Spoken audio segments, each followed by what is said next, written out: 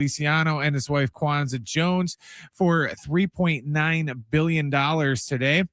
One other baseball note, Cubs shortstop Dansby Swanson has an oblique strain. He's going to be out 4 to 6 weeks.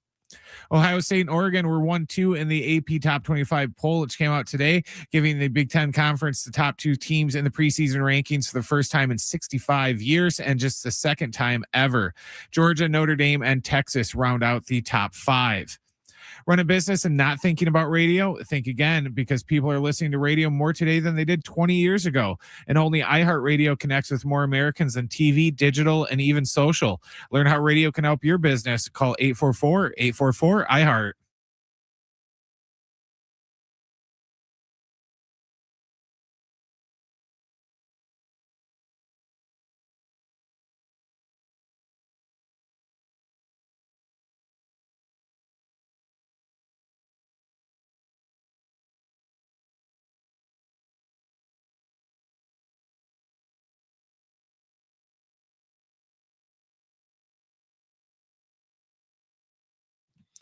Yes, hour one, Schaefer and Sliwa, Monday afternoon. John Schaefer, Alan Sliwa with you for the next 3 hours. Alan, it's good to see you, my friend. We both are wearing Padres hats this afternoon. Yeah, good to see you as well, John. Good to see you. It is on brand. And, this is, look, even when things weren't going perfect, you started taking your Padre hat off. I never did. Whoa, hold on. I stood there. We had arguments in the studio, and I said, listen, 3 games below 500, I've never believed more. So you did not. So I wore a Dodger hat for a couple of weeks. I'm kidding. You've seen me either wear a Padre hat That's all you wear. Aztec hat. That's all you wear. For the 5 months we've done the show together, have you seen me wear anything other than a San Diego-related hat? I've seen you with no shirt on, still a Padre hat. I sleep with these Padres hats, man. You know what's interesting? What do you got? Is that they keep playing well. We're talking about the Padres. Mm-hmm. And now this sale is official. We'll hear from ownership. You saw this next Monday. We'll speak with the media next Monday at 1 p.m. So, this thing is done. They even put out a statement saying that they, want to bring a championship to the city of San Diego. Listen, I could say that as well. If I bought this team, I'm stating I want to bring a championship to the city of San Diego. But it is a new day for a team that's playing really well, Alan. Yeah. Some of the best baseball in the sport. The new ownership has nothing to do with that, but it is a new day for a team that right now is still playing some of the best baseball in the sport. Kind of an interesting time. I mean, honestly, think about our conversations about the Padres a month ago. What are they going to do? Should they buy? Should they sell? Someone make an argument why they would with this team try to buy. What is, eventually we were going to get new ownership to step in, and we're all kind of trying to figure out what new ownership's going to be. And then here we are a month later, and we're going to finally get a chance to hear from new ownership. We're going to finally get a chance to see what their vision is. Maybe they are just talking points. Let me tell you this. If you're going to buy a sports franchise, here is one of the best and the easiest talking points to have. Hey, where do we put championship in here? Because we have to put this somewhere. So why don't where – you want to do that early on, or do you want to do it a little bit later? But obviously, we have to say we're, obviously out here to win championship. By the way, I'm not questioning that. I think there will be pressure on this new ownership to try to continue the legacy of Peter Seidler. But yeah, it's just the conversation has changed so drastically over this last 30 days, and the ownership piece is honestly, in a weird way, it's kind of become it's like a side conversation when that should be the main entree. By the way, this is unanimous from Major League Baseball owners. This is a record-breaking sale. This is a little bit like buying. It's like buying a home when the market's red hot, right? There's no guarantee that this is the Padres organization for forever. They haven't always been this organization, but they have been by and large over the last handful of years. I like the idea of them buying at a high point, so to speak, because that means you only have to take them to the next level. You're not buying them under the assumption that, we can just sit on our hands. We can go back to the old days. We can just win 80 games every year. It doesn't matter. No, you're buying them understanding that they are the focal point of the city from a sports perspective. You're paying a premium, but you believe in the investment. That's how I see this. I'm hopeful and optimistic. We always are, Alan, with ownership changes. Now they have to see it through, and we'll see what they say next Monday. We'll see how they invest, resource I mean, it's an interesting offseason heading into a potential CBA and a lockout where you're not going to get a lot done potentially once the offseason starts. But I'll be honest, I am excited for what it represents for the Padres, and I'm pleased that it's happening on the heels of the way the team is playing. Because what if they sold 3 weeks ago and they're 9 games under 500 and they're playing the Mets in a meaningless series? Yeah, we'd be talking about 2027 beyond. But I like that we're talking about now and we're talking about the future on a day like today. What do you think people around baseball, what do you think the conversation is about this team selling for $3.9 billion? And I think a lot of people that talk about the Padres now, listen, it ain't the same. You were there. When did you start working at 760? So we're working at 1360 in July of 2017. Okay. And when I started the job, what were they in July 2017? Bad. Yeah. and boring. And the reason why I say that is because it's not like, you mentioned it, you're like the Padres history. This ain't, obviously I understand this is not the St. Louis Cardinals, the Atlanta Braves, correct, the Yankees. I didn't even pick a big market because I don't need to. I think there's other franchises out there that are just established brands and have been competitive for years, have won World Series. But part of the reason why they sold for $3.9 billion, I'm sure there's so many factors that go into it. But I think part of it has to also be, if this is a winning brand, it's good for business. And the longer we can make them a winning brand, and that doesn't mean that, the roster is perfect. It doesn't mean they don't have bad contracts. It doesn't mean that their farm system doesn't need to be better. It doesn't, there's a lot of areas I think the Padres can improve upon. But what I don't think would sound good for business, and I could be wrong here because maybe the CBA will really benefit, the new CBA will really benefit new owners. Maybe that's why they paid a ton of money, because they feel, or they think that there might be a salary cap in the future, so you actually don't have to pay these absurd dollars towards some of these players. But the good thing, I think one of the good things is they sold for what they sold at a point where the brand is a very popular brand. So it's in the best interest of new ownership to continue that growing that brand. Mets tonight, and by the way, Kevin Acee, our Padres Insider, more on the sale and the series. He'll join us coming up at 3:30. Mets in about an hour. Are we starting to believe, like, not just that they might win 85 plus games and maybe sneak into the postseason, but that they're capable, they can do damage, they're good, they're well-rounded, that what they've done over the last 3 weeks can be done for another 3 weeks or more? Have you reached that point? Have we reached that point in the conversation where the Padres have turned that corner and it's gone from a good week to just sustained success here recently? Yeah, I think, look, it's weird because yesterday I caught myself doing this. I'm like, you know what? Can these guys make a run in the postseason? And then I had to remind myself they're up a game on Arizona to just make the playoffs. Good point. Right? So, like, there's a part of you that wants to, and you should listen. I'm not downplaying anything. I had a buddy yesterday.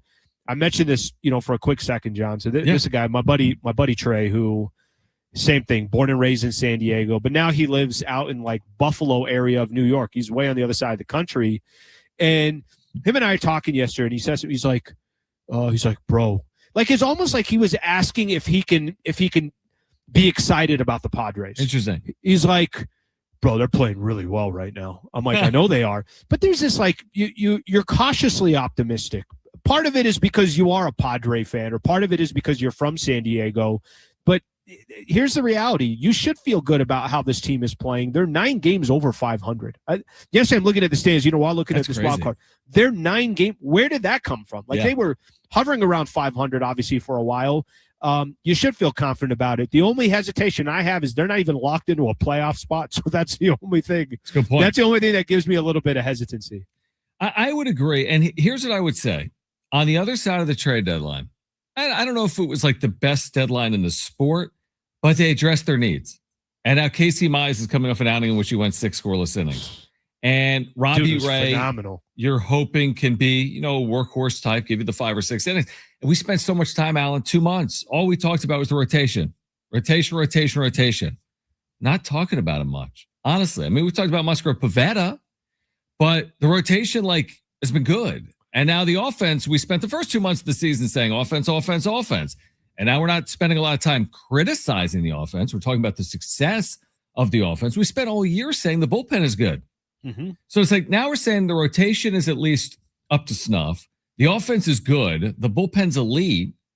It's almost hard to be like I can't even pick holes into them exactly right now. To your point, are they the best roster? No, but they feel to be the most complete that they've been all year from a roster perspective. I'll go at Wandy Peralta right now. I'll go at Randy Vaz. I'll find something. No, I agree. I will freaking find something. No, I'm with you. I get it. I mean, listen, there's we'd be crazy not to. Here's the one thing, like the one part of this that I will say, it's like they can't stumble now because you're reaching a point of the season.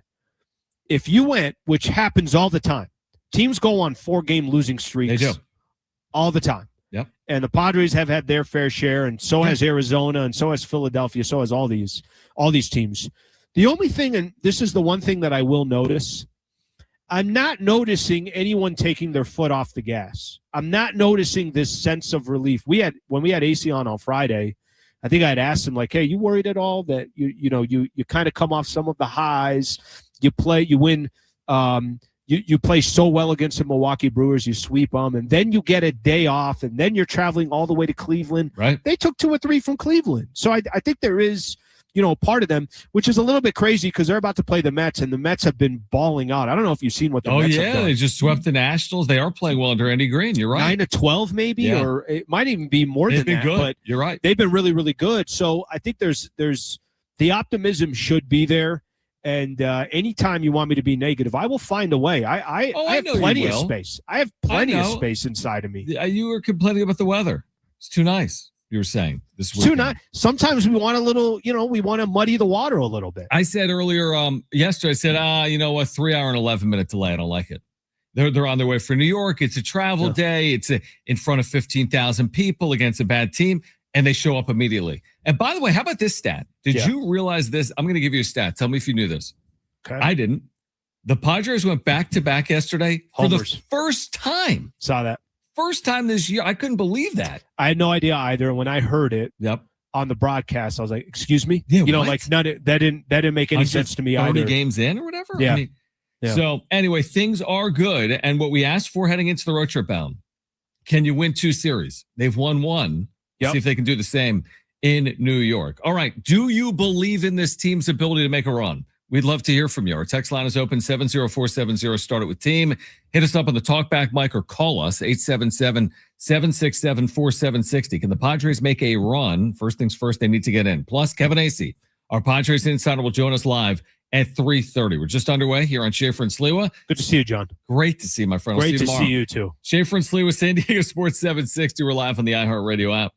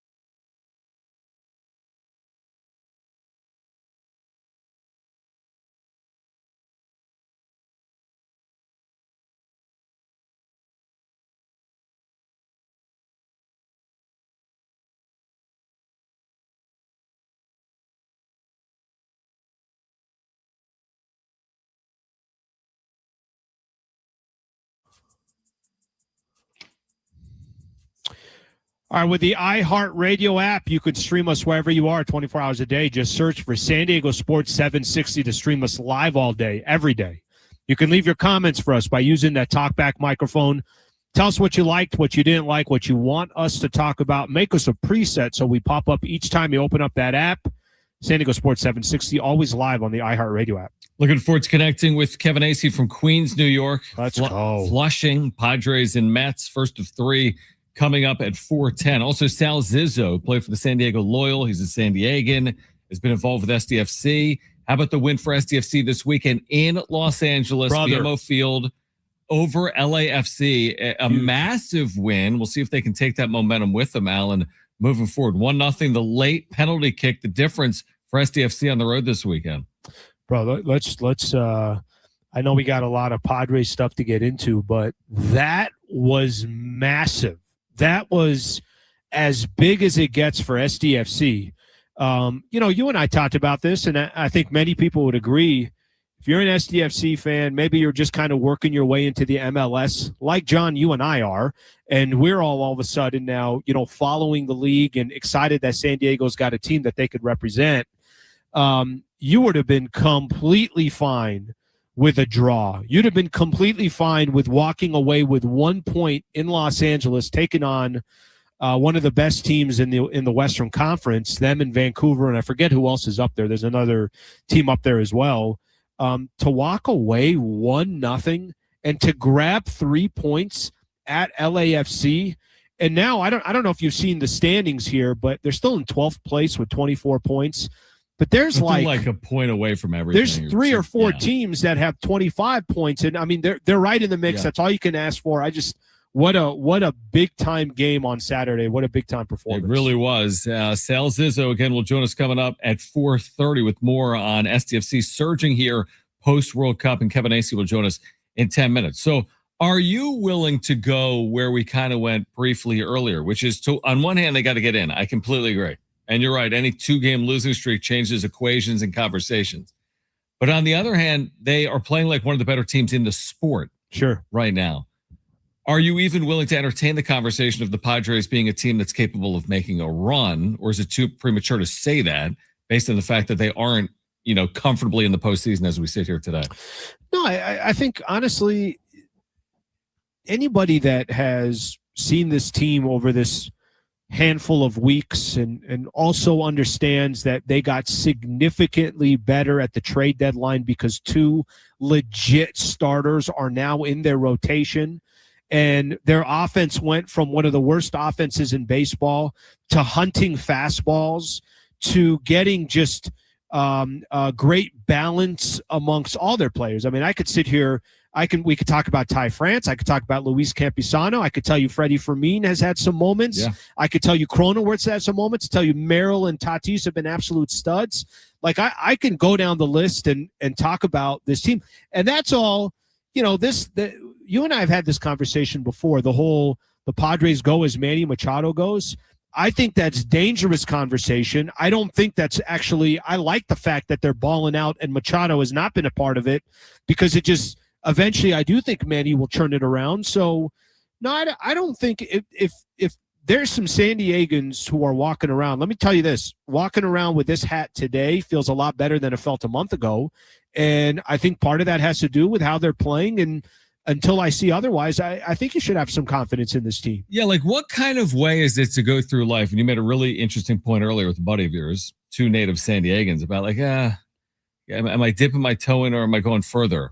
But like, sometimes you have to be willing to go all in on something, even if you get hurt on the other side. So like sometimes just throw it all to the side for a moment, jump on. If it goes the way you want, amazing. Everyone will be there along our sides.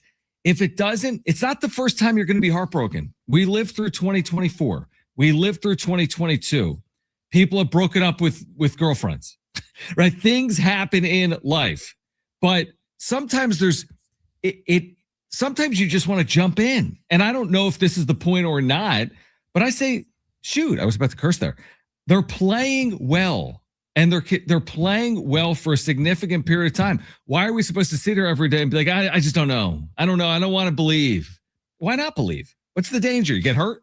Well, let me play it the other way, because I think here's what's happened. It's like I've touched that stove and I've got burned before. So because I've touched that stove and I've got burned before, I'm very hesitant to touch that stove. Now, you could be saying on the other side, what if it wasn't on?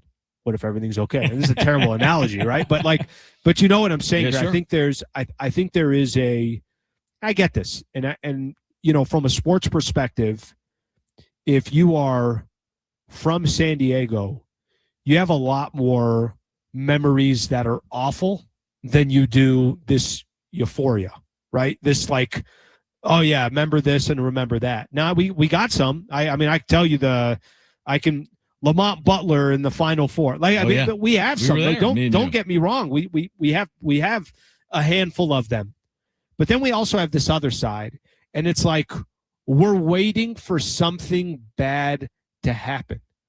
It's a terrible way to live your life.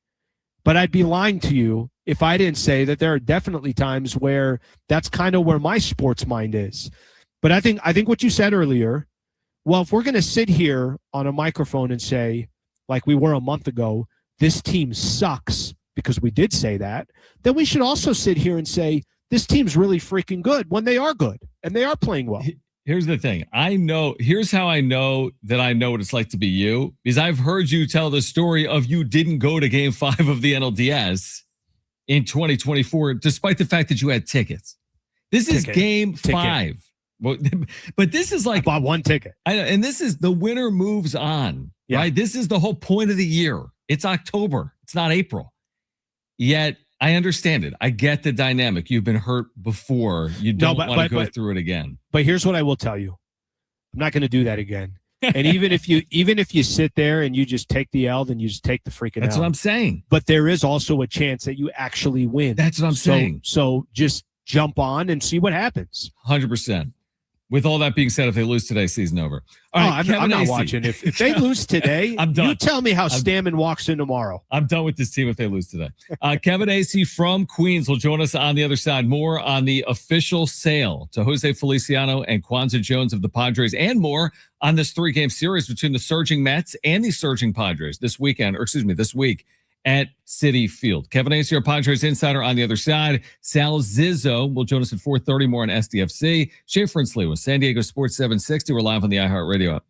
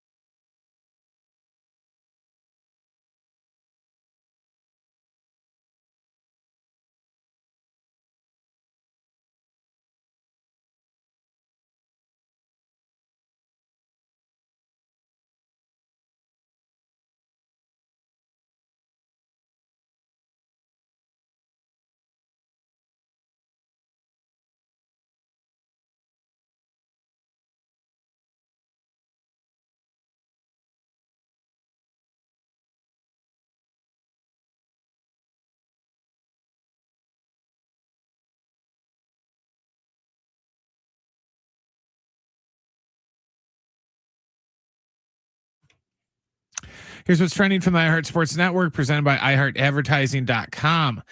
Padres and Mets are getting set for game 1 of their series tonight. It's going to be Walker Buehler going for the Friars and Nolan McLean going for the Mets. First pitch today is at 4:10. In other baseball news, MLB team owners unanimously approved the sale of the Padres to Jose E. Feliciano and his wife Kwanzaa Jones for $3.9 billion. One more baseball note, Cubs shortstop Dansby Swanson has an oblique strain. He's going to be out for the next 4 to 6 weeks. Ohio State and Oregon were number 1 and 2 in the AP Top 25 poll, giving the Big Ten Conference the top 2 teams in the preseason rankings for the first time in 65 years and for just the second time ever. Georgia, Notre Dame, and Texas round out the rest of the top 5. Run a business and not thinking about radio? Think again, because people are listening to radio more today than they did 20 years ago. And only iHeartRadio connects with more Americans than TV, digital, even social.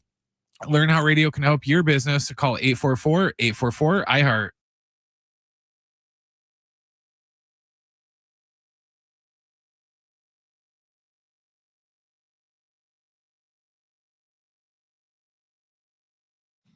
All right, we head out to the Big Apple, Padres and Mets game. One of a series coming up in about 40 or so minutes. Kevin Acee is our Padres Insider, back with us on Schaefer and Sliwa and San Diego Sports 760. Kevin, I don't know if you've thought of this. I'm going to put you on the spot. Are you cool with that?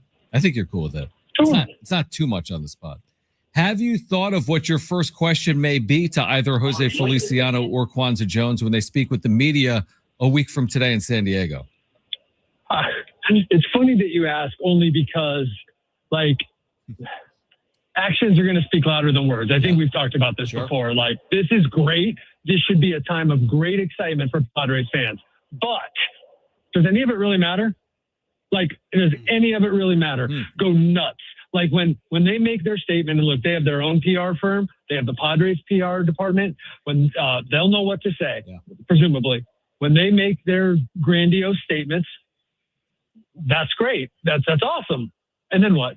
So that's my thing. So the answer to you is no. And I also just don't. I just don't put much stock in these, other than what Monday will be is the first time for them to be on the record talking to Padres fans about what their vision is for this team. But I've been through too many of these personally. My paper's been owned by like 6 different people in my time there. And I've covered a lot of ownership transitions, and none of it matters until the checks start being written. Kevin, can I make a case that the valuation for the Padres goes for $3.9 billion?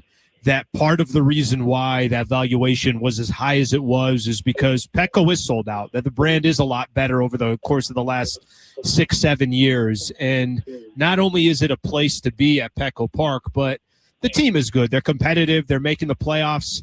From a business perspective, is there a argument to be made that for their investment, they are much better off with the Padres this competitive than they are without? Do you mean that the team being competitive is important to this investment? Yes, as in those two actually tie in great together, and it gives them more incentive to be as competitive as possible, so that they are returning some of that investment. I say that because from, I think, a fan perspective, that's all you really care about. Amen. And that's part that kind of plays on what I was saying too, right? Like, that's all that matters. Look, I think this is great. They're going to be the second minority owners in the league. They seem to be that they want to be very invested in San Diego. They seem to have been involved in many things in their lives. They by all accounts, or at least, the people that I've talked to, they're down to earth and really cool people. And that's all awesome. That makes me want to maybe hang out with them at a dinner party. But if I'm a fan of this team, there's one thing that matters. And so the answer to your question is the number one thing about their investment for all this other stuff they bought. And that includes, look, eventually the area around the ballpark is going to be even more developed. And there's all sorts of, and they all the concerts and everything that they do. The number one thing that draws people, 40,000 people, 81 nights a year, and sells a whole bunch of stuff is the success of this team. Kevin Acee is our Padres Insider. Well said. Let's switch to what's happening on field. Padres continue to play really well. They win that series, obviously, in Cleveland. Is it premature? We had this conversation for the first 30 minutes of the show. Is it premature to talk about the Padres as like a playoff threat because they still have to get into the postseason?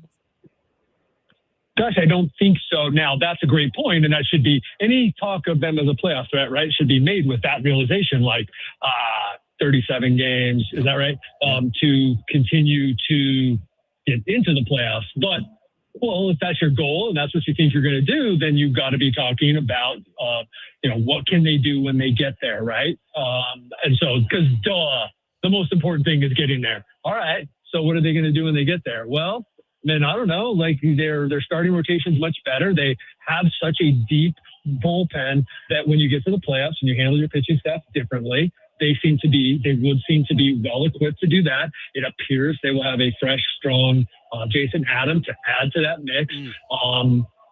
If the offense, and look, it's been a little streaky, but it's been going pretty good now for quite a while. I think that they should be, I wouldn't make them a favorite. I wouldn't even make them a second favorite in the National League. But I would say that, and would not be like, oh, this team is not going to have a chance. Absolutely not. I think it's a better team than last year. Kevin, is there anything that could change your opinion on that? Is it, let's just say the offense continues to be phenomenal the rest of the regular season. Let's say the pitching rotation is Casey Mize continues to be really, really good. Robbie Ray gets into his own, and Musgrove comes back. Maybe you mentioned Jason Adams' name. Is there anything that they can do to change your opinion in the sense of like, no, this is a real threat come the postseason? Well, I think it's a real threat. I just don't have them ahead of the Dodgers, the Cubs at this point. I think they're a real threat. I mean, I do. I thought you were going to say change my opinion the other way, and I guess that would be injury or the offense falling off. No, I think this is a team, and it's always been this way, which, like, they're made a bunch of stuff. I live in the gray because life is gray despite what everyone thinks. And I just said everyone, meaning that I just made it an absolute. Despite what many people think, life is in the gray, and so is sports. And that I thought it was funny because you could absolutely be correct. The Padres weren't a playoff team in July. Yeah, playoffs aren't played in July. So a long way to go to then, and they have talent, and they had the trade deadline to address their biggest need, and they did. So I now think they are a playoff team, or, they can be a playoff team. And I think that they are built, which was the intention all along with the way the bullpen is, that they are built to do damage in the playoffs. What do you make of this series specifically? Andy Green, the acting manager of the Mets, are actually playing well. I know Juan Soto's out. I think some of the Mets starting pitching has been good, including Nolan McLean. How do you see the way this series all of a sudden stacks up? Well, this is another one, like I would say, like the Guardians, and depending on who you face pitching against the Pirates, I would say is your problem is you made it now, so where you have a 1-game lead on the Diamondbacks or whatever you are, you're bunched in, right? And you no longer have the luxury of going, damn, the Mets are playing really good. Nolan McLean's on the mound. Because, major league team, major league pitchers. This was the guy, Team USA guy. This is like, man, you are up against it tonight. Tough luck. Got to beat the Mets. Got to take 2 or 3 from the Mets. Got to take 2 or 3 from the Twins. Got to take 2 or 3 from the Pirates. That's how I see this series. Like, unfortunate, because more than I think a lot of people give credence, who you play when you play a team is one of the biggest factors in a season, or it can be. I remember in 21, it was like, now the Padres had other problems, but they also faced like Max Scherzer like 5 times. They faced every team's ace. Was it last year? Was it 24? They missed every team's ace. Like, it's just like things stack up over a season. There was a time this year, if they were playing a team, you knew they were facing that team's best pitcher and maybe their best 2 pitchers. It was crazy. And lately, a little bit easier. Oh, wow, that's weird. I'm not saying it's the only reason, but look at the Padres offense now. I don't know if they've been facing Jacob Mizorowski and Yoshinobu Yamamoto and Shohei Ohtani, that they'd be leading the league in hitting since the All-Star break. There's just, there's so many factors that go into this. Kevin Acee, our Padres insider, joining us on the Schaefer and Sleva show. Kevin, I know going back to yesterday here real quick, but Casey Mize, what have you made of after that first rough start? He looked phenomenal yesterday. What has been some of the internal conversation about how great he's looked in these last couple of starts? And then just what did you see yesterday from him? I thought his last 2 starts, man, really, really good. His Guardians are not a very good offensive club. They scored, 6 the night before and 5 the night before that. Like, they have, some good hitters. I thought that he was fantastic. The idea of that being the Casey Mize that you're going to get out there, the idea still that you have Robbie Ray and Michael King, and I would even say to some extent Walker Buehler, has sort of changed the outlook of this team, right? The outlook of the offense as they take the field, the outlook of the offense when, maybe that guy their starter gives up a run, but it's not 3 runs. And they think, all right, he's going to lock it down now, right? The Casey Mize did that the other night, right? Two runs, and then that was it. That was his, not this last start, but the start before that. It's like, okay, that happens, but it wasn't now all of a sudden 5-0. And that there's a confidence factor in it, in addition to, oh wow, that's right. Like, we're going to get 5 or 6 from our guy, and it's going to give us a chance to win, and the bullpen's not being weighed down. And there's not just like this sense of doom almost every game. Kevin, final one from me, and you wrote on this in your lengthy feature with Steven Souza, but they put it up on television, I think, yesterday, and it got me thinking. It's like the Padres were last in baseball in hitting the fastball in the first half of the year until the All-Star break, I think. And now they're first. So they went from 30th to 1st. I know you're not the Padres acting hitting coach or the general manager, but how do we explain that drastic of a change in the midst of a season with a very similar lineup throughout the course of the season? The quality of the fastballs you're facing, the messaging from the coaches, which I guess was maybe there was a little too much information. Manny getting himself right, Jackson getting himself right, Tatis getting himself right, which some of that sure has to do with the fastball and, but like the way that they were being prepared for games, and that's not to put it all on Souza in the beginning. I'm saying those guys got better, that's for sure. Like there's just so much that goes into it, including, like, I know I'm kind of harping on this, the teams they're playing, and that's how it is. That's how it is. If you covered another team, you'd notice how well another good team, you would notice how well the Dodgers do against bad teams too. And against bad pitchers, or I shouldn't say bad pitchers, but you're not facing Jacob Mizorowski.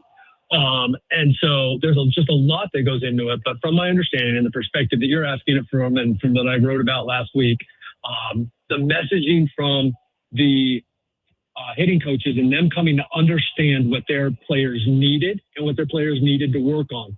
And we hear it all the time. It's one of the biggest cliches, right? Stay on the fastball. You're ready for everything else. Well, break that down, and now you've just got more confidence. You can cover more parts of the plate. If you can see the fastball and you're locked in on it, you can see spin better. And it just has really, really, obviously changed the entire outlook of the offense. Kevin, final one from me as well. So between, of course, Philly, San Diego, and Arizona, all separated by game right now, anything changed for you? I think in the past, correct me if I'm wrong on this. Do you feel like Philly, of the 2 teams between Philadelphia and Arizona, Philly is the better of the 2, or has that changed your opinion at all in this 3-team race? I don't feel entirely qualified other than what I've seen from them. Yeah, I do, obviously, but they're hitting for some reason. I don't know, maybe they don't have as good hitters as I think, or as many, but they're just so streaky on offense. But their pitching's pretty good, and yeah, I would think so. Now, look, they might have some other things going on there too. It's a kind of a circus there, it seems like. So, yeah, what I hope isn't the case, just for my planning purposes, but I think this thing is going to be right down to the wire. So maybe I'm trying to reverse jinx myself there. We're going to see 37 regular season games remaining for the Padres, including tonight in Queens against the Mets. Kevin, appreciate you taking time for us. We'll do it again when the series wraps up. John, is it finally here? Or is it the night that you're, speaking of Padres and their ancillary businesses, is it finally here tonight, John? Wait, what? Say this again? Don't you have this concert tonight? Oh, a Noah Khan concert? Yeah. No, I'm not going. Whoa. Okay, well, you guys have a show to do, but I'm going to have to get a story on this. It's all we've been talking about for 6 months. I talked about it for 4 months on YouTube, but yeah, I'm not going to go. Next time. How are they going to get by with? Well, you probably, it's fine. The Padres will make enough money. Okay. I think they're fine. Right. I don't think Jose Really Feliciano's relying on my money from my 2 tickets. I've never even heard a note of this guy's music, and I feel like I know him personally. You've talked about him so much. I can't believe this. All right, I'll talk to you later. That's from our Padres Collective show. Thank you, Kevin.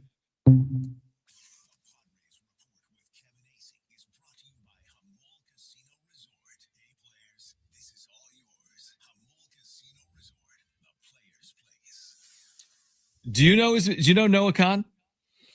No, I don't think I do. This is unbelievable. Guys playing a sold-out show tonight in San Diego. And you're not going. Good point. All right, we're going to react to talking about it for a while. I've been talking about it for 4 months. We'll react to what Kevin just told us on the other side, getting you ready for Padres and Mets, plus Sal Zizzo, who played for the San Diego Loyal, San Diegan. Talk about SDFC's big weekend in LA next on Schaefer and Sliwa.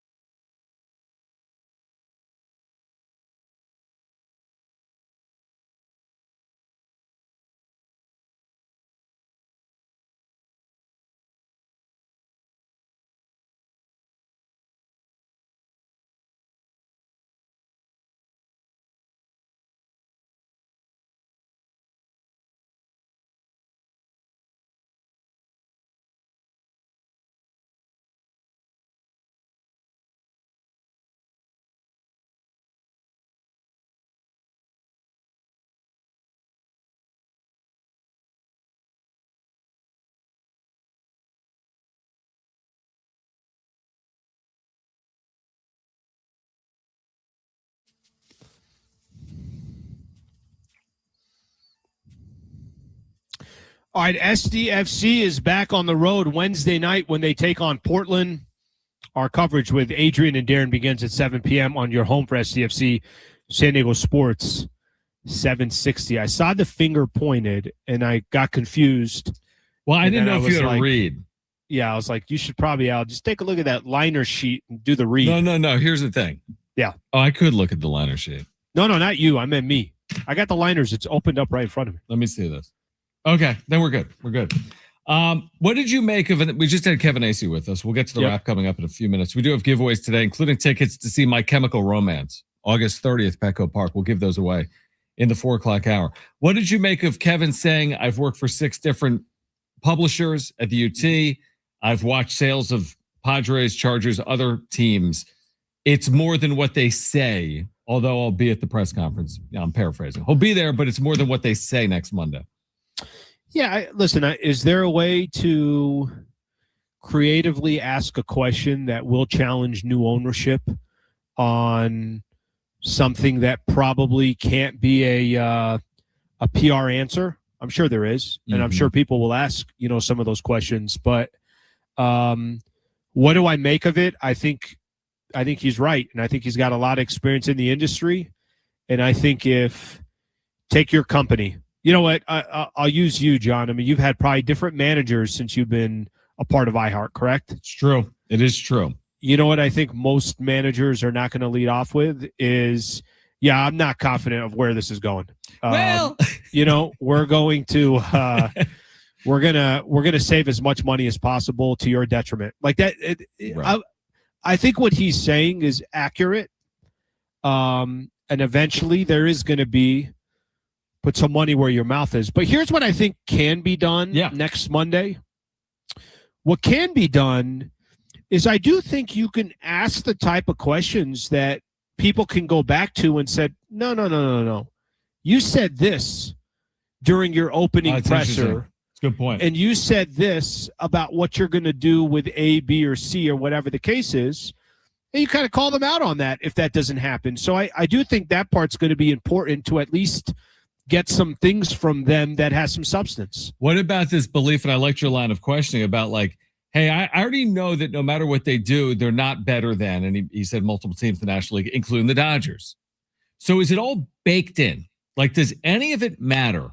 LA's 5-11 stretch, their closer issues with Edwin Diaz, the actual play of the Padres on field. Of course, they'll still meet each other. And it's not just a Padre-Dodger conversation, but in general, does the way the Brewers play, the Dodgers play, and the Braves play have any part in this conversation about the Padres as a threat if they make the postseason? Well, let me ask you this. What did you make of him saying, I don't think they're better than the Cubs and the Dodgers? What comes to your mind? Because I give you what my opinion is. What came to your mind?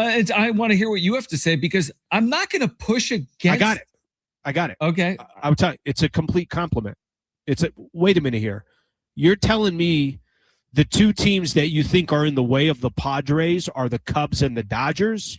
I looked at that as the Padres are in the mix, not the Braves. But forget, even if he said, I think the Brewers are better, even if he said the Braves are better, the point that I took more than anything else is they're in the conversation. And wasn't that the goal coming into this year, the goal at the trade deadline, the goal for the Padres? It's just be in the freaking mix.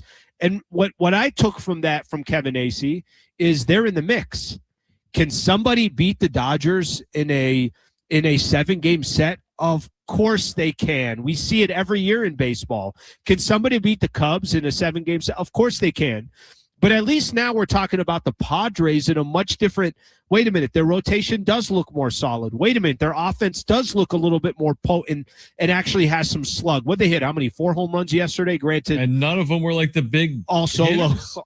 Yeah, none of them were the big hitters. Maybe there was a 2-runner. I can't remember. But I think with all that being said, I think you're looking at the Padres differently, and that's what I took when he said, well, I don't think they're better than these 2 other teams in the NL. It's funny, though, because on one hand, I agree with the idea that don't pay any attention to the way the Dodgers are playing. They've had other stretches over the course of the last decade where they haven't played well and have played for a World Series, if not even won one.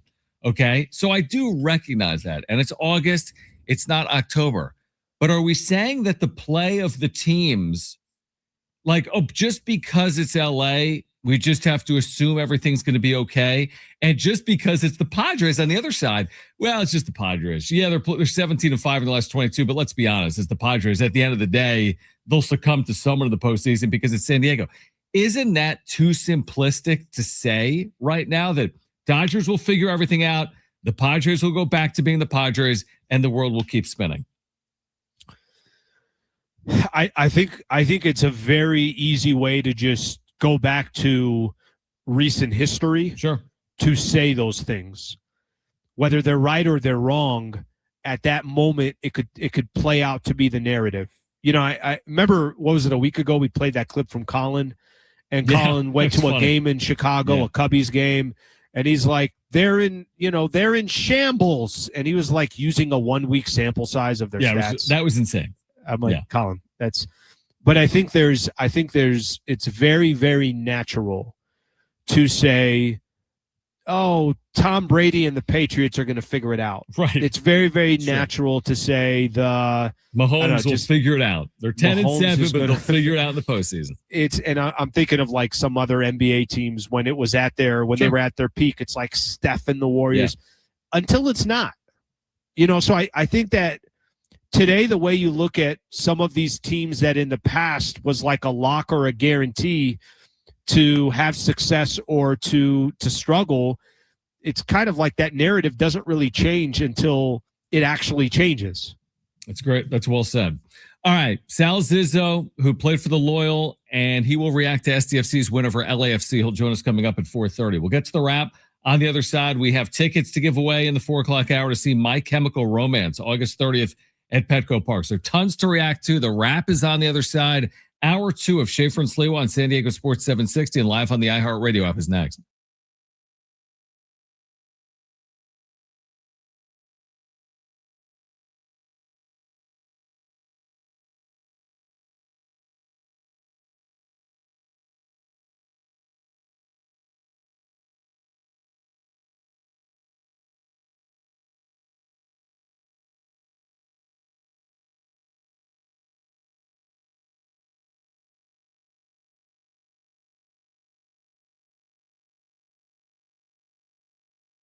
All right, something big is coming on September 2nd. DraftKings Game Day arrives with massive deals, exclusive deals, and an all-day celebration built for sports fans.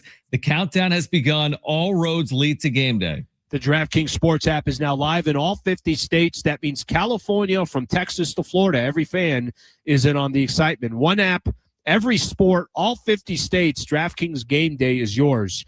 Remember the date, September 2nd. DraftKings Game Day is the kickoff of a new season, a new era, and the biggest day in sports history. Get pumped. Get ready to celebrate. New DraftKings customers, by the way, sign up with that code SD760. Spend $5 to get $150 in rewards within 14 days. That's code SD760. In partnership with DraftKings, the crown is yours. Event trading offered by DraftKings Predictions is CFTC registered introducing broker. Trading involves risk of loss. Market availability varies. Eligibility restrictions apply. $50 every 7 days via click-to-claim issued in non-withdrawable predictions dollars that expire in 1 year.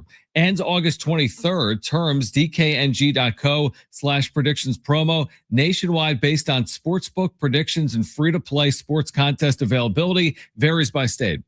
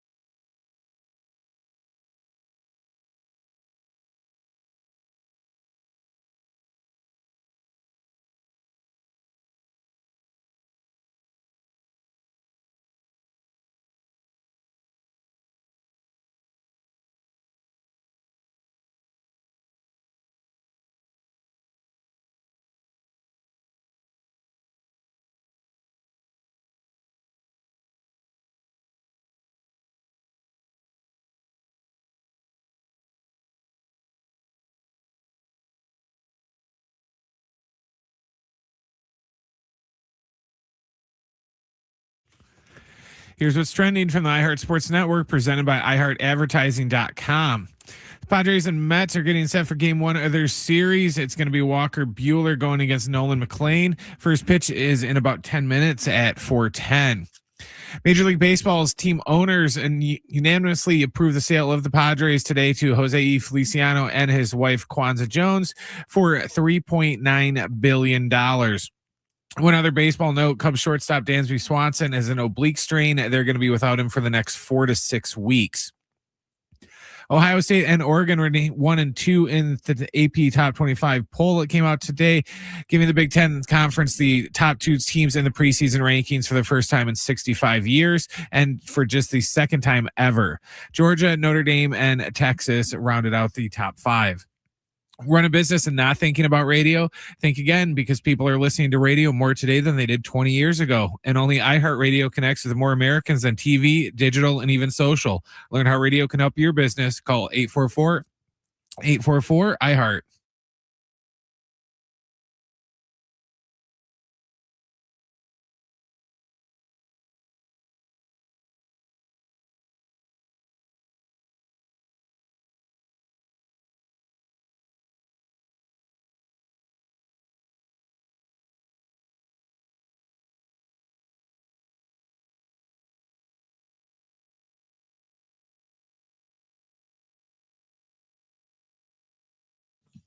All right, San Diego, Southern California, what's going on? Hour 2. Schaefer and Sliwa. My good friend Alan Sliwa hanging out all afternoon. Hey, good to see you. Great to see you, man. Great to see you as well, man. How has your weekend gone? We'll get to the wrap coming up. It's not the weekend anymore. I guess, how did the weekend go? Phenomenal weekend. Yeah, great weekend.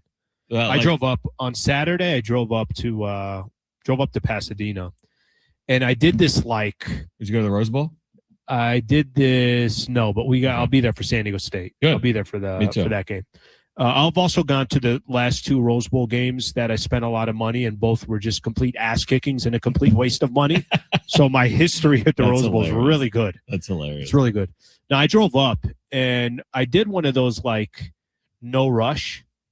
Like I went. We went coastal from Torrey Pines. I don't know if you're familiar with that area. I'm very familiar. Okay, coastal from Torrey Pines, stopped in Solana, stopped in Encinitas, kind of went through Carlsbad and Oceanside, all coastal. And then once I got to the freeway, real life started settling in. You know what I mean?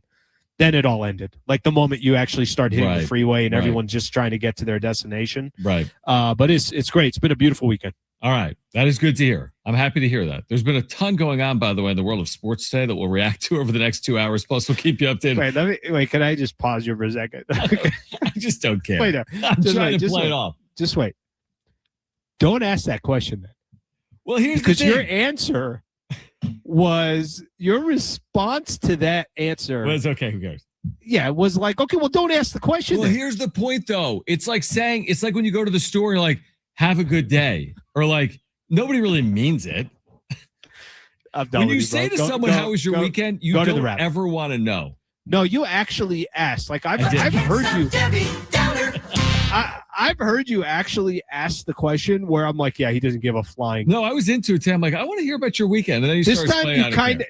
This time you kind of asked, and that's the route that you took. Okay. But don't you agree in general? Like if you walked up to someone in sales and said, hey, did you have a good weekend? You don't want to hear about it. You just want them to say, yeah. Oh, yeah, it was a good weekend. Oh, great. No, like when I start the show with you and I'm like, hey, great to see you. I don't mean it. Yeah, we don't mean it. It's not really good to see you. I just want to say it. It's a pleasantry. You know, it's like saying bonjour. Bro. It's like a Seinfeld episode. Really Curb Your Enthusiasm. It really is. All right, let's get to this. But you can't stop. Let's get to the wrap. It's time for the wrap. Presented by Sombrero Mexican Food. Check out their website at sombreromex.com. Are you surprised that the Aztecs didn't receive any top 25 votes in the preseason AP poll? Zip. No, I'm not surprised. I think SDSU is going to have to prove themselves, and that's all right. There's nothing wrong with that. I got no problem with SDSU walking in with let's roll up our sleeves, let's get to work, and let's freaking figure out how to become more of a in consideration for a top 25 school. I got no issue with it, nor am I really surprised. Are you surprised by it? No, I pay no attention to AP polling and coaches polling. I pay no attention to it, especially the preseason. Why is that? Why? Because I just think it means nothing. I don't like polling before a season. I don't think it's fair to teams. Oh, before a season. I don't think it's fair to teams that start below everyone else, and that's hard to work your way up. It's like, why should Duke, for example, at 5-0 be 11th when Notre Dame starts 4-1 and they're 10th? You know, I said because Notre Dame started second and Duke started 39th, they can only work their way to 11th, yet Notre Dame still gets the benefit of the doubt. I'm not a big polling guy when it comes to sports. We don't say, Padres, I know they're 57 and 48, but they're only 19th in the poll. I'm just not a big polling guy. Here's the difference. The difference it really matters in college. It does. So not as much anymore. But still has some significant. Let's play this out and I think it matters for San Diego State. Like let's just say San Diego State had a couple of votes to be top 25. We'd make a big deal about it. I'd make it a huge deal. I'm talking out of both sides of my mouth, but it doesn't matter because at the end of the day, who are you today? What's going on with you today? At the end of the day, you got to be the best team of the group of 6 to make the playoff, which is hard. That's all that matters. Who am I? I don't know, dude. I think this. I will say this. It's important for SDSU to be in some of those conversations. Yeah, it's good to be in those combos. Well, and it's going to be as the season continues. I think it kind of tells a storyline. I think the more that they are talked about, of course, from a positive perspective, the better the better shot they have of accomplishing whatever they're going to accomplish. So I think it does matter. I don't know. I guess I prefer that they're ranked second overall in the AP poll to not receiving any votes. Mm-hmm. But at the end of the day, you still got to win. Is my point. You've got to play. So hopefully they play well regardless. Next question. Would you like to see Ethan Salas get an extension before he makes his major league debut? Common baseball practice. An extension. No. I think let's see what it looks like down the road, and let's see what it looks like in the major leagues. And by the way, he can also flex his muscle if he's starting to flex his muscle in the major leagues, right? Like he could also say, "Nah, I'm going to pump the brakes on this one," or obviously it becomes more advantageous to him. No, I'd rather wait. I'd wait it off. I get it. You're buying out arbitration and free agency. So if the guy's a stud, maybe you save money in the long run. But I want to see him perform at the major league level. I don't think it's overly necessary as we sit here today, but it has become a very common practice across Major League Baseball with big-time prospects. We'll see if this new ownership group acts in that manner or not moving forward. Next question. Would you be surprised if the Padres did not win the series against the Mets?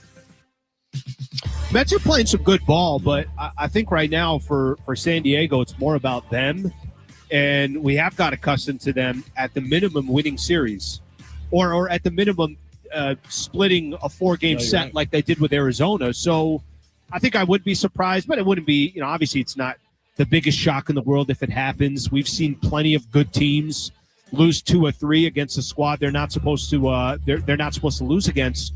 The only twist I'd say to the Mets, and we talked about it a little bit earlier, they're playing really good ball. So it's not like the Mets they've lost 8 of their last 10. I think it would be more of a surprise if that was the case. Mets are playing good ball. Yeah, I agree with you. I wouldn't be surprised if the Padres lost this series. Maybe disappointed. Yeah, it would be more disappointing, and I do understand what is on the line each time they play right now with a 1-game lead on a playoff spot. But I'm with you. First of all, Nolan McClain's been very good. The starter for the Mets tonight. He's facing Walker Buehler.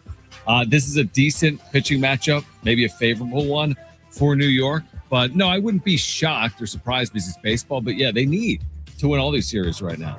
Final question. Are you guys surprised the Buss family sold their Lakers shares today? Well, not a twist to that. Not 100% there.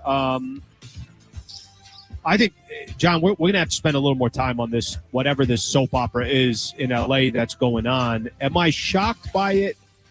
No. What I'm shocked by is Mark Walter, who bought the Lakers 10 months ago,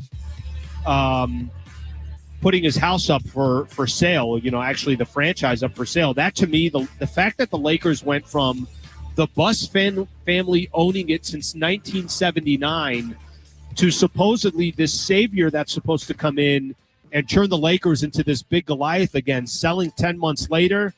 That to me is a much bigger surprise, and frankly, I don't think anything else that happens anymore with the Lakers is a surprise anymore. I think it's just it's kind of an issue if I'm being honest with you. I will say this: if it was owned by my family, dude, and I wasn't the governor, if I wasn't running the team, if it was like me and my 5 brothers and I wasn't running the team, and I could get $500 million, which is what they're all going to get, $500 million. I want my $500 mil. Like we've had it, it's been in the family for generations. All good. I'll buy my season tickets. I'll support. I'll do whatever the hell I want. There comes a time. It was bought by Kushner and Iger, and eventually Jeannie Buss isn't running the club. Even the last deal said she wouldn't be running it beyond 5 years. So she may not like it, but I kind of understand from the other side of the Buss family. Like, I want my money out, man. If I get $500 million for selling off and I have nothing to do with the organization, give me my $500 million bucks. Okay, well, you got to understand something. I mean, when they had a 66% share of the team. Sure. Each member of each sibling walked away with $1 billion. So they already got their bill? I think they already got their bill from Wow. What's remaining is this like 18% or 17%. 15, 17%, whatever that number is. Jeez. That's what's remaining. They already got their bill. Wow. Already got $1 billion for the sale that went on 10 months ago. So all this is just like, Another am 500. I buying a yacht or am I not? Like this, that's what the financials are here. But there's a much, deeper story and deeper history into this. And I think the fact that I just find this whole thing really fascinating. I mean, the Lakers franchise really took off and became the franchise it was because of their father. Yeah, Dr. Jerry. This is the end of like this just historic. By the way, I think don't be surprised. These individual family members and family trusts and this and that, those days of owning franchises with like a individual owner, I think we're getting close to that ending. And I think you're going to start seeing these bigger venture capitalist groups and everything else coming into the mix. Why couldn't I get in on that? Why didn't my family buy a $12 billion entity that I just get $1 billion every time it sells? Yeah. Why didn't I have Mom, Dad, why didn't you guys? What were you guys doing? Why didn't you buy the Lakers when they moved from Minnesota 1 million years ago? Oh, you just moved from the Middle East and you didn't want to put down all this money? Come on, Mom. All right, Sal Zizzo played for the San Diego Loyal, covers 4:45. SDFC. Oh, he's going to be coming up at 4:45. He's going to be with us at 4:45. Okay, hold Jonas at 4:45. More on the Lakers sale, what it means for Jeannie Buss and her family. More on the situation playing out as well involving the Dodgers as it's tied to that Lakers sale. So a lot to react to here over the course of the next hour or so. Plus, we're giving away My Chemical Romance tickets, August 30th at Petco Park. We have a 4-pack of tickets. We'll give those away this hour here on Schaefer and Sliwa, San Diego Sports 760, live on the iHeartRadio app.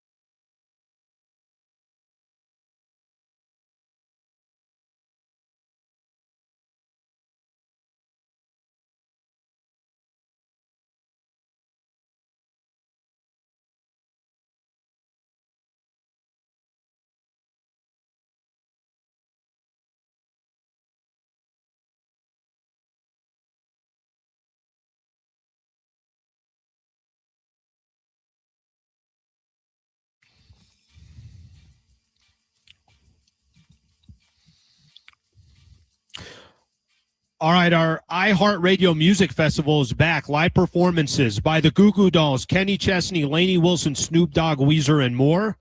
September 18th and 19th at T-Mobile Arena in Las Vegas. 2 nights, 1 stage. While the world is listening on iHeartRadio, you could be there. 3 chances every weekday for you to win your trip for 2, plus $1,000 in spending money. Next chance to text and win happens around 5 p.m. on San Diego Sports 760. I like that we're both calling out our parents for no reason at all. Absolutely no reason. But they're probably not. Maybe they're listening. Yeah. I hope your mom's not listening. Would you Mom, be offended? Mom, why aren't we multimillionaires? That's what I'm going to start next time I see her. I'm going to say, what did you guys do wrong? She'll be like, what are you talking about, honey? We're just not sharing it with you. Yeah, I was just going to say. She'd be like, yeah, we are. We just your sisters and I have. Oh, yeah, exactly. Real quick, there is a developing baseball story that is massive as it relates to the Padres. Ketel Marte, the slugger for the Diamondbacks, has been placed on the restricted list. He's hit 21 home runs for Arizona this year. He didn't show up, according to the reports, to Fenway Park for their series against Boston. He is not there. He's been placed by the organization on a restricted list. This is a breaking story for a team that's certainly in the thick of things. One of their best players, Ketel Marte, has been placed on the restricted list by the Arizona Diamondbacks. According to the reporting, he did not show up to their series against the Red Sox at Fenway Park. So maybe there's reasoning. They'll be reporting on it, certainly. But this is a team that San Diego is competing with to get to the postseason right now. All right, help me out here real quick. What can restricted list mean?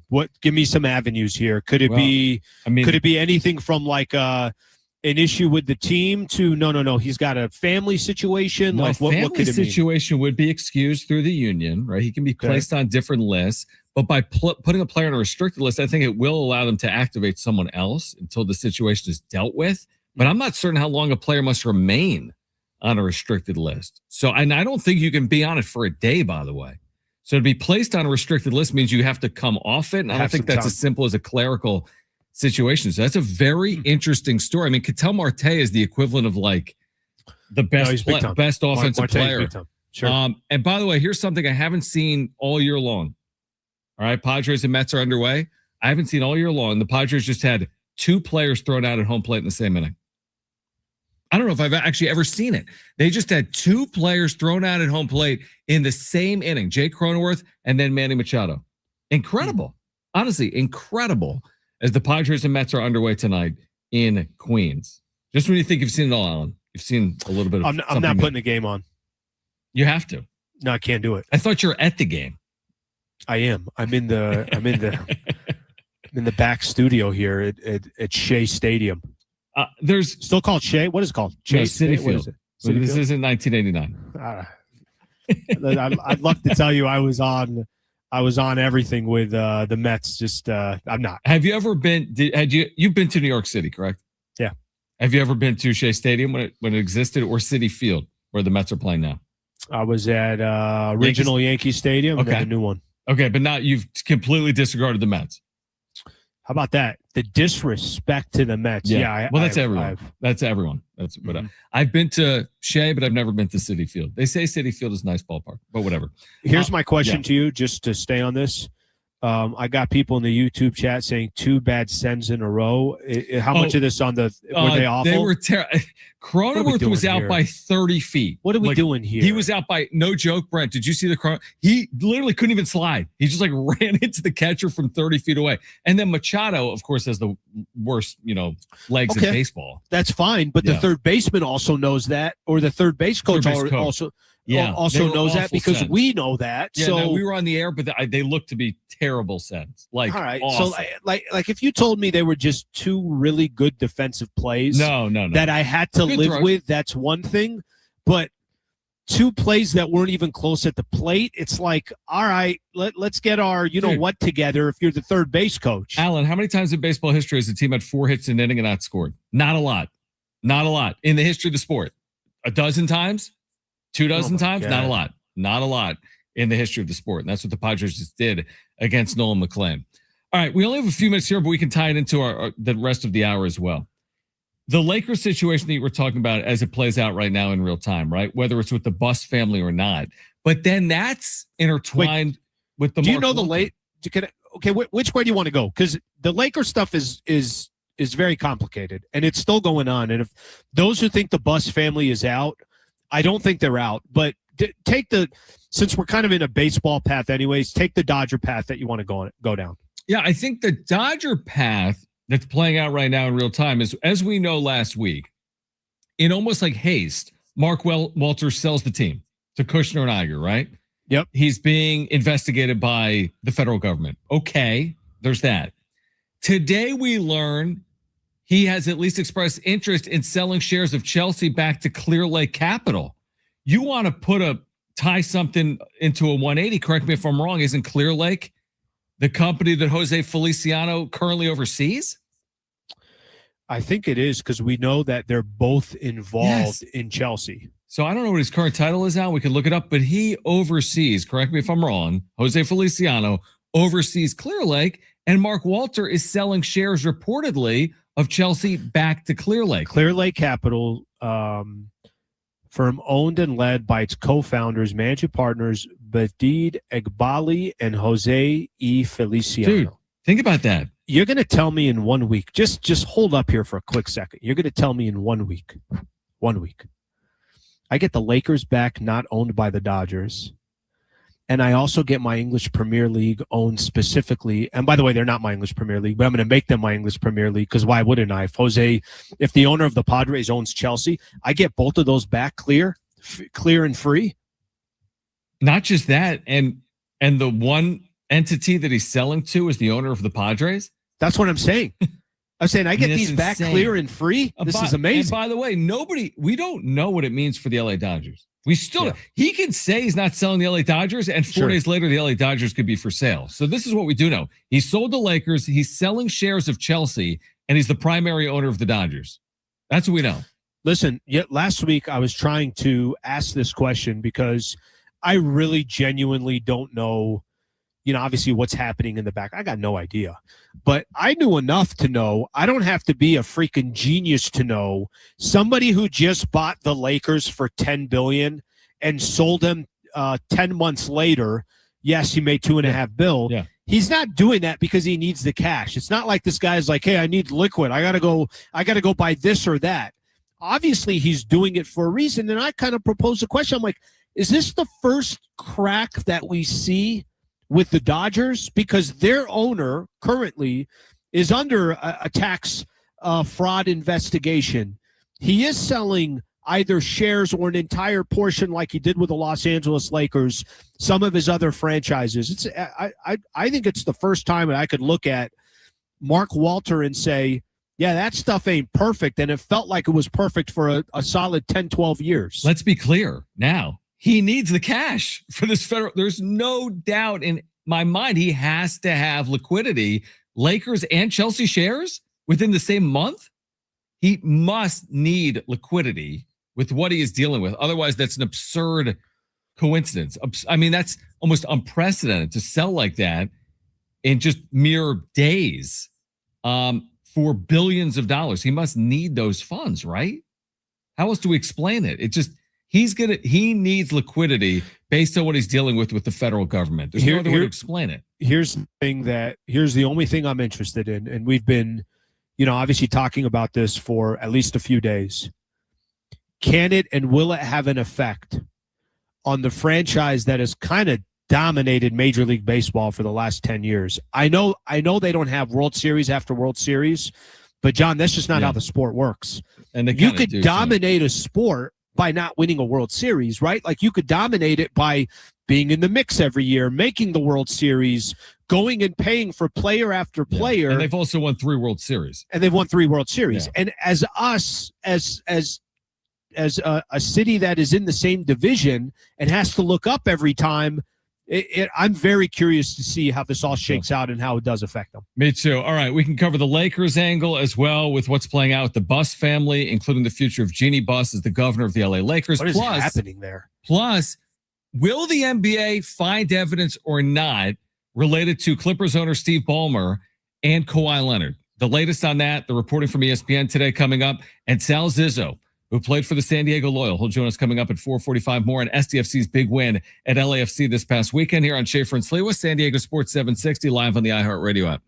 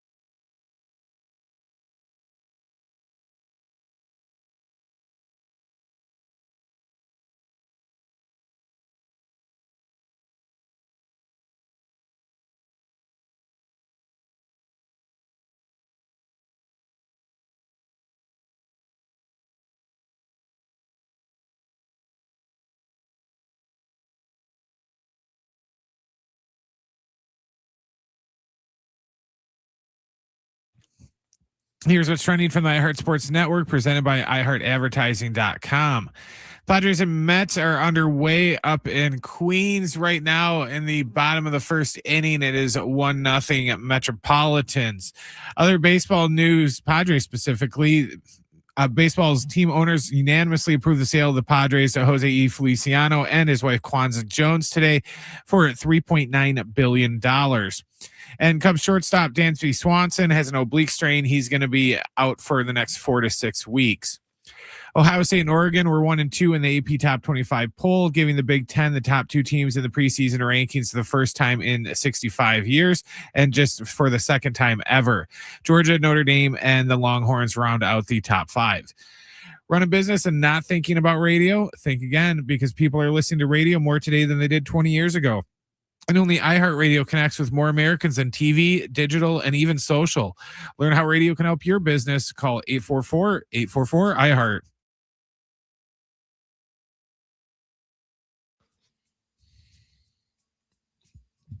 All right, Schaefer and Sliwa. Sal Zizzo played for the San Diego Loyal, went to high school here in San Diego, has covered SDFC. He'll join us coming up at 4:45 in about 10 minutes or so. John Schaefer, Alan Sliwa, how are you, my friend? How was your weekend? Shut your...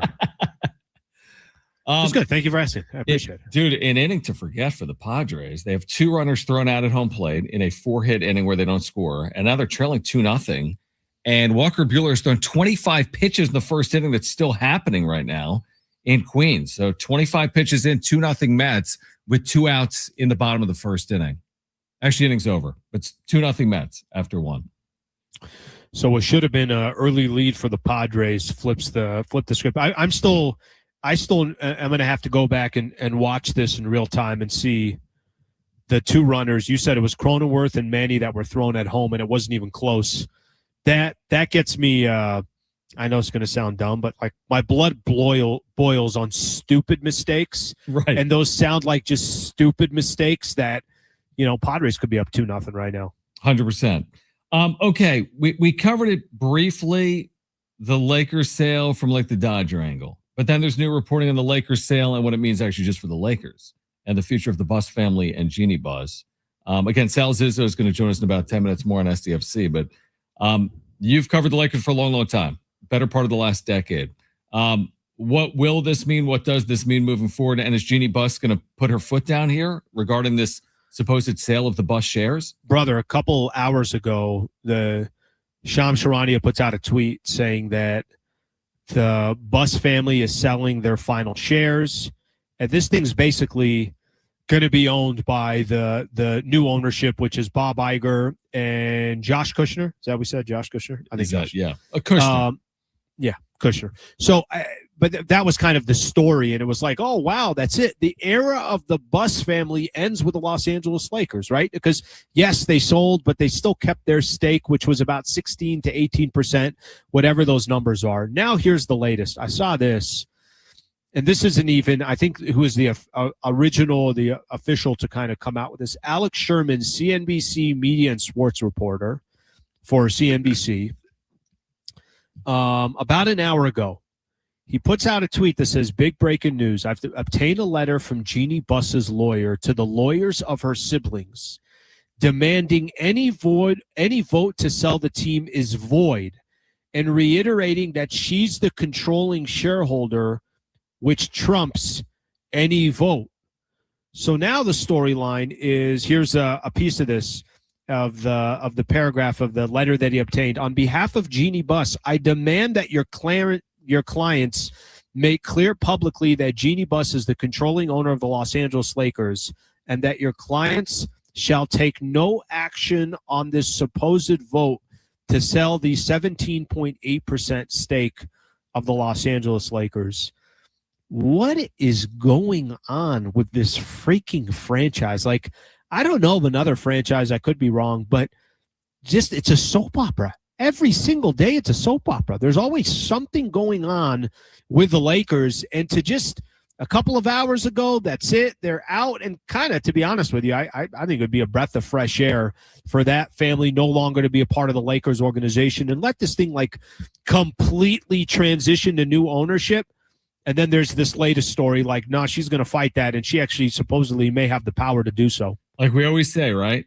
There's nothing more important than a good ownership. Sure. And there are times where you have stability and you're rewarded for it. There's times there's instability. There's so many examples, by the way, of like infighting organizations or legal holdups within an organization that impact whether a club can win. We've seen it obviously here locally. I was going to say, we almost had it with the Seidler family. We've seen it here locally. We've seen it in NFL circles, Major League Baseball. I do wonder what impact it has on the day-to-day operation of the LA Lakers here in 2026 and beyond. They already have work to do, dude. You know. Well, but can I tell you something?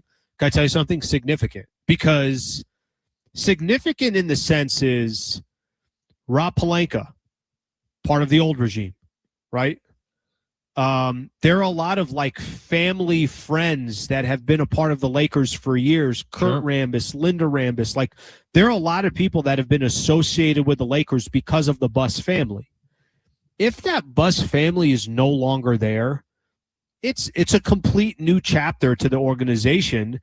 And I think new ownership, rightfully so, will say, all right, cool, this makes it easy for us. Let's go hire our own this. I'm not telling you Pelinka's gone tomorrow, but I'm telling you that his time with the Lakers, I think, is probably numbered unless they, all of a sudden, unless the roster that he put together is getting them to the Western Conference Finals or making some real noise. But to be honest, to me, it's just more of like, it's owning Twitter right now. ESPN has had to like, basically, they've had to update their story on this 2 or 3 times, because nobody really knows what's going on. Yeah, it's a very interesting story that's playing out in LA. There's another one, by the way, with an NBA club in LA. We'll have the latest on the Clippers coming up at the 5 o'clock hour. Also, we do have a 4-pack of tickets to see My Chemical Romance. That's August 30th at Petco Park. We'll give away those tickets coming up between now and 5 p.m. But on the other side, Sal Zizzo will join us in about 5 minutes. Played for the Loyal San Diegan, played high school soccer here and covers SDFC. They pick up a big road win at LAFC on Saturday night as SDFC looks to make this second half surge in Major League Soccer. So Sal Zizzo will join us coming up on the other side. If you missed our conversation with Kevin Acee, you'll hear that at 5:30. Stay with us on Schaefer and Sliwa, San Diego Sports 760. We're live on the iHeartRadio app.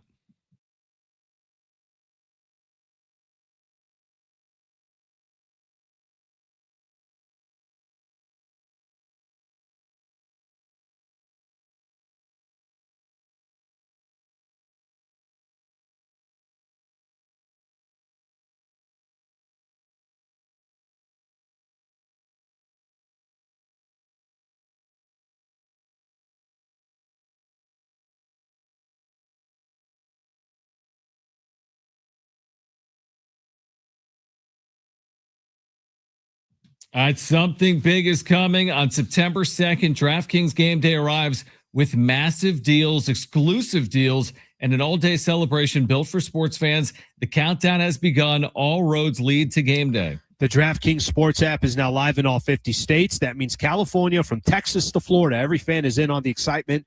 One app, every sport. All 50 states, DraftKings Game Day is yours. Remember the date, September 2nd. DraftKings Game Day is the kickoff of a new season, a new era, and the biggest day in sports history. Get pumped about it. Get ready to celebrate. New DraftKings customers sign up with the code SD760. Spend $5 to get $150 in rewards within 14 days. That's code SD760. In partnership with DraftKings, the crown is yours. Event trading offered by DraftKings Predictions, a CFTC registered introducing broker. Trading involves risk of loss. Market availability varies. Eligibility restrictions apply. $50 every 7 days via click-to-claim issued in non-withdrawable predictions dollars that expire in 1 year. Ends August 23rd. Terms dkng.co/predictions promo. Nationwide based on sportsbook predictions and free-to-play sports contest availability varies by state.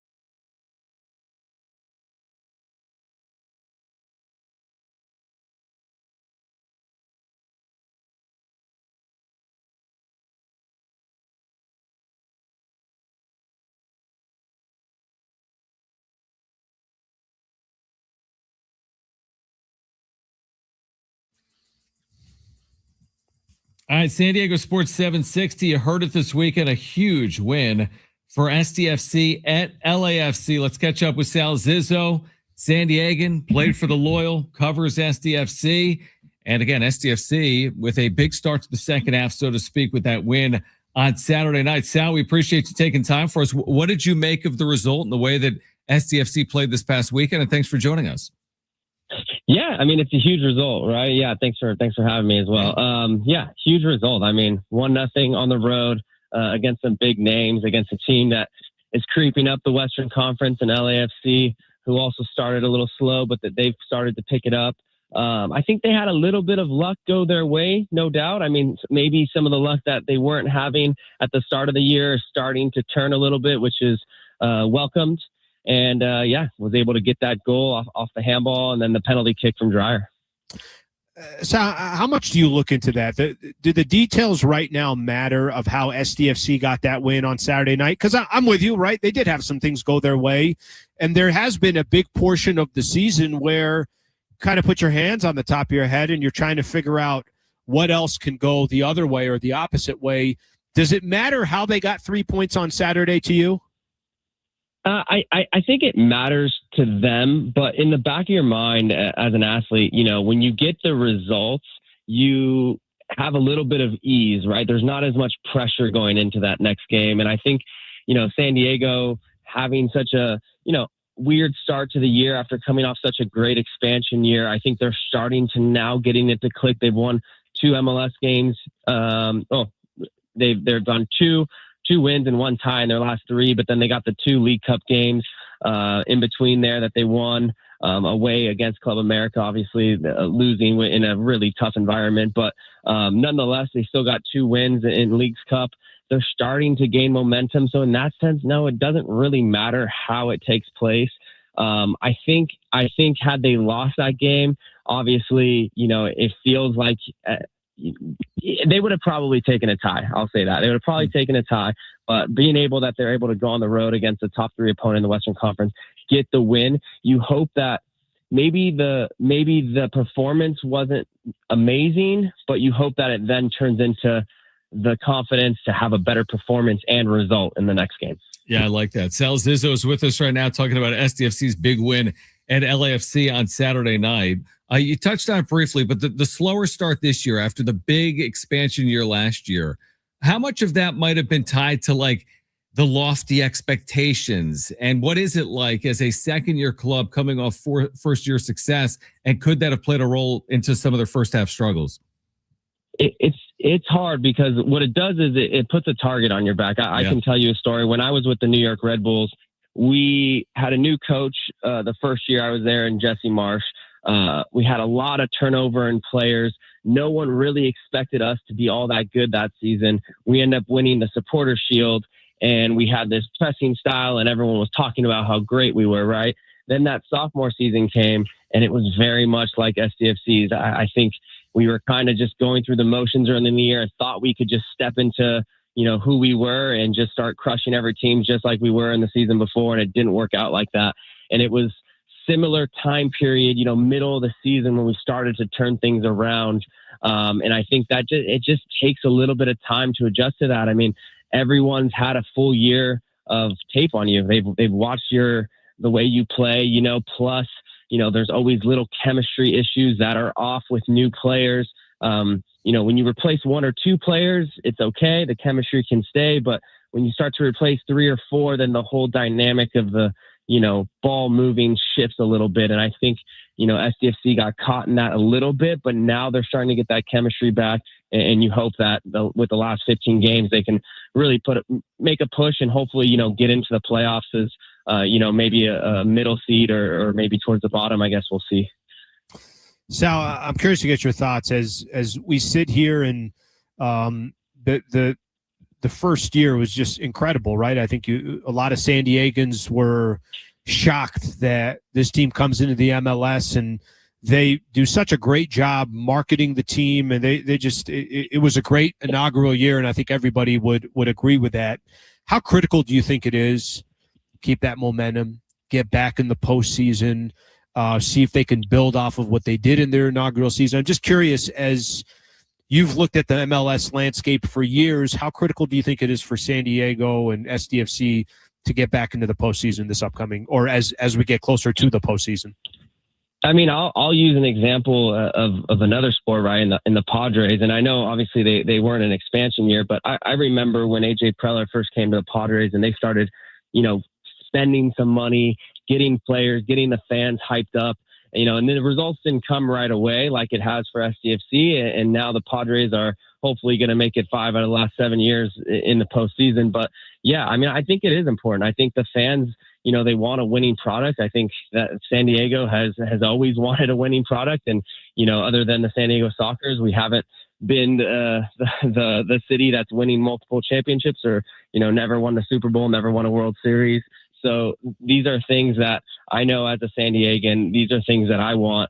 SDFC, I want the Padres. I really want them to be successful franchises because I've watched, a lot of San Diego sports and it hasn't always been the prettiest. So no, I think it's very important. I think more so, being that the expansion year was so big, I think the expectations for sure follow that. And now, almost at a detriment to themselves, they have a big role to fill in San Diego because they started off so hot, and I'm really hoping they can continue this and, get in the playoffs and then you never know, just like in any sport, right? You can get in the playoffs and you can make a dent. We're talking about that right now. Sal, just say this, just real quick follow up there. Those are exactly the type of expectations you want, right? Like you just said, you laid it out perfectly, but I'd rather have the expectations. And if you're disappointed at the end, fine, that comes with the territory, than not have those expectations. So I think that's a great way of laying it out outside of just SDFC, but more just San Diego in general. Yeah, I mean, 1,000%. I mean, what do we play this sport for? Obviously at the end of the day, it's great for the community and everything, but as a fan, we want to see them go as far as possible and hopefully win the whole thing. And I think that's what's always been kind of cool about the Padres is the last, 4 years, it's like right at the deadline. It's like, are they going to be sellers or buyers? And they're always the ones kind of going for it. And I love that. And I can see that same mentality with SDFC. They're not, content, or they're not just going to, put their shoes in the corner and be done playing for the year. They're keeping it going. They know that, hey, if they can get hot at the right time, anything's possible. And you saw, you've seen glimpses this year. They just haven't been able to put on, a consistent run necessarily. But I'm starting to see some of the movement, some of the style, what they're looking to do. Luck is starting to kind of go their way. We talk about regression to the mean always. And I felt like, SDFC was always on the wrong end of a red card or a handball call. And now you see the other way last night where, LAFC scores and then it gets called back for a handball, and then San Diego gets a handball penalty kick in the 88th minute. So you just hope that it's starting to turn the other way for them. Sal Zizzo is with us right now, San Diego Sports 760. Sal is someone that's from San Diego. When you see the success that SDFC has had, not just on field, but you see the support of the franchise. I mean, you felt it locally as well with the loyal. What's it like as a San Diegan seeing the way the community has supported professional soccer? I love it. I mean, I was just at a youth soccer tournament this past weekend coaching my daughter, and, there's the girls on the team and even the parents are like, hey, did you watch the LAFC game last night? And did you see the handball? I'm like, yeah. Did you think it was a second yellow? It's just cool to see them talking about, the sport that obviously I played and so many people in San Diego love, make it kind of to the mainstream of the community, because we always felt like, and even my family, I have a big family in San Diego, and, we're all cousins of 25, 26, boys, and we're all in San Diego, and we're always watching the Padres and talking that. And now you start to see in the chat, some chatter about SDFC. And I don't know if that would have ever happened without, a local team in San Diego, because there's so many people in this community that are very, prideful for being San Diego. And so I think because there's a local team, it got them interested in the sport. And obviously the World Cup kind of, went off of that as well. And now they're really into it, which is really cool to see. Sal, just looking at their next matchup here. So SDFC taking on Portland coming up, I want to say on Wednesday is that game. Just how, if you want to talk specifically about that matchup, some of the key matchups coming up in the month of August. They got some teams that are in front of them. I know there's a handful of teams in front of them in the standings, but what do you make of this game against Portland? Right, it's the next one, and I talked about gaining momentum, right? And it's another tough environment on the road.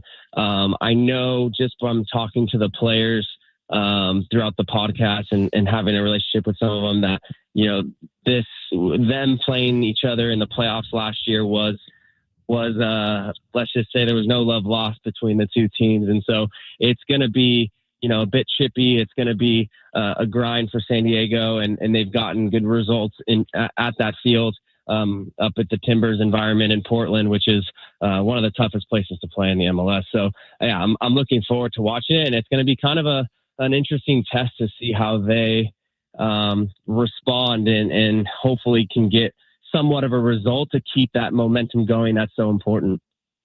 Stretch run underway in Major League Soccer. SDFC playing better here in the second half, so to speak. We'll see if that continues this week against Portland. But Sal, we appreciate you taking time for us here today on the home of SDFC, San Diego Sports 760. Thanks for doing it, man. Of course, anytime, guys. Thanks. All right, good stuff there from Sal Zizzo. All right, we have tickets to give away right now, Alan. 4-pack of tickets to see My Chemical Romance, August 30th. If you want those tickets, be caller 4 right now to 877-767-4760. 4-pack of tickets to see My Chemical Romance, August 30th at Petco Park. Tickets at Ticketmaster.com. Caller 4, call right now for absolutely free tickets, but you need to call 877-767-4760. I've watched baseball my entire life. I've never seen what has played out tonight involving the Padres, ever. And we'll explain that on the other side, plus the latest with the NBA's investigation of Steve Ballmer, Kawhi Leonard, the Clippers. We'll have that for you coming up in the 5 o'clock hour. If you missed Kevin Acee, you'll hear a conversation at 5:30. This is Schaefer and Sliwa, San Diego Sports 760. We're live on the iHeartRadio app.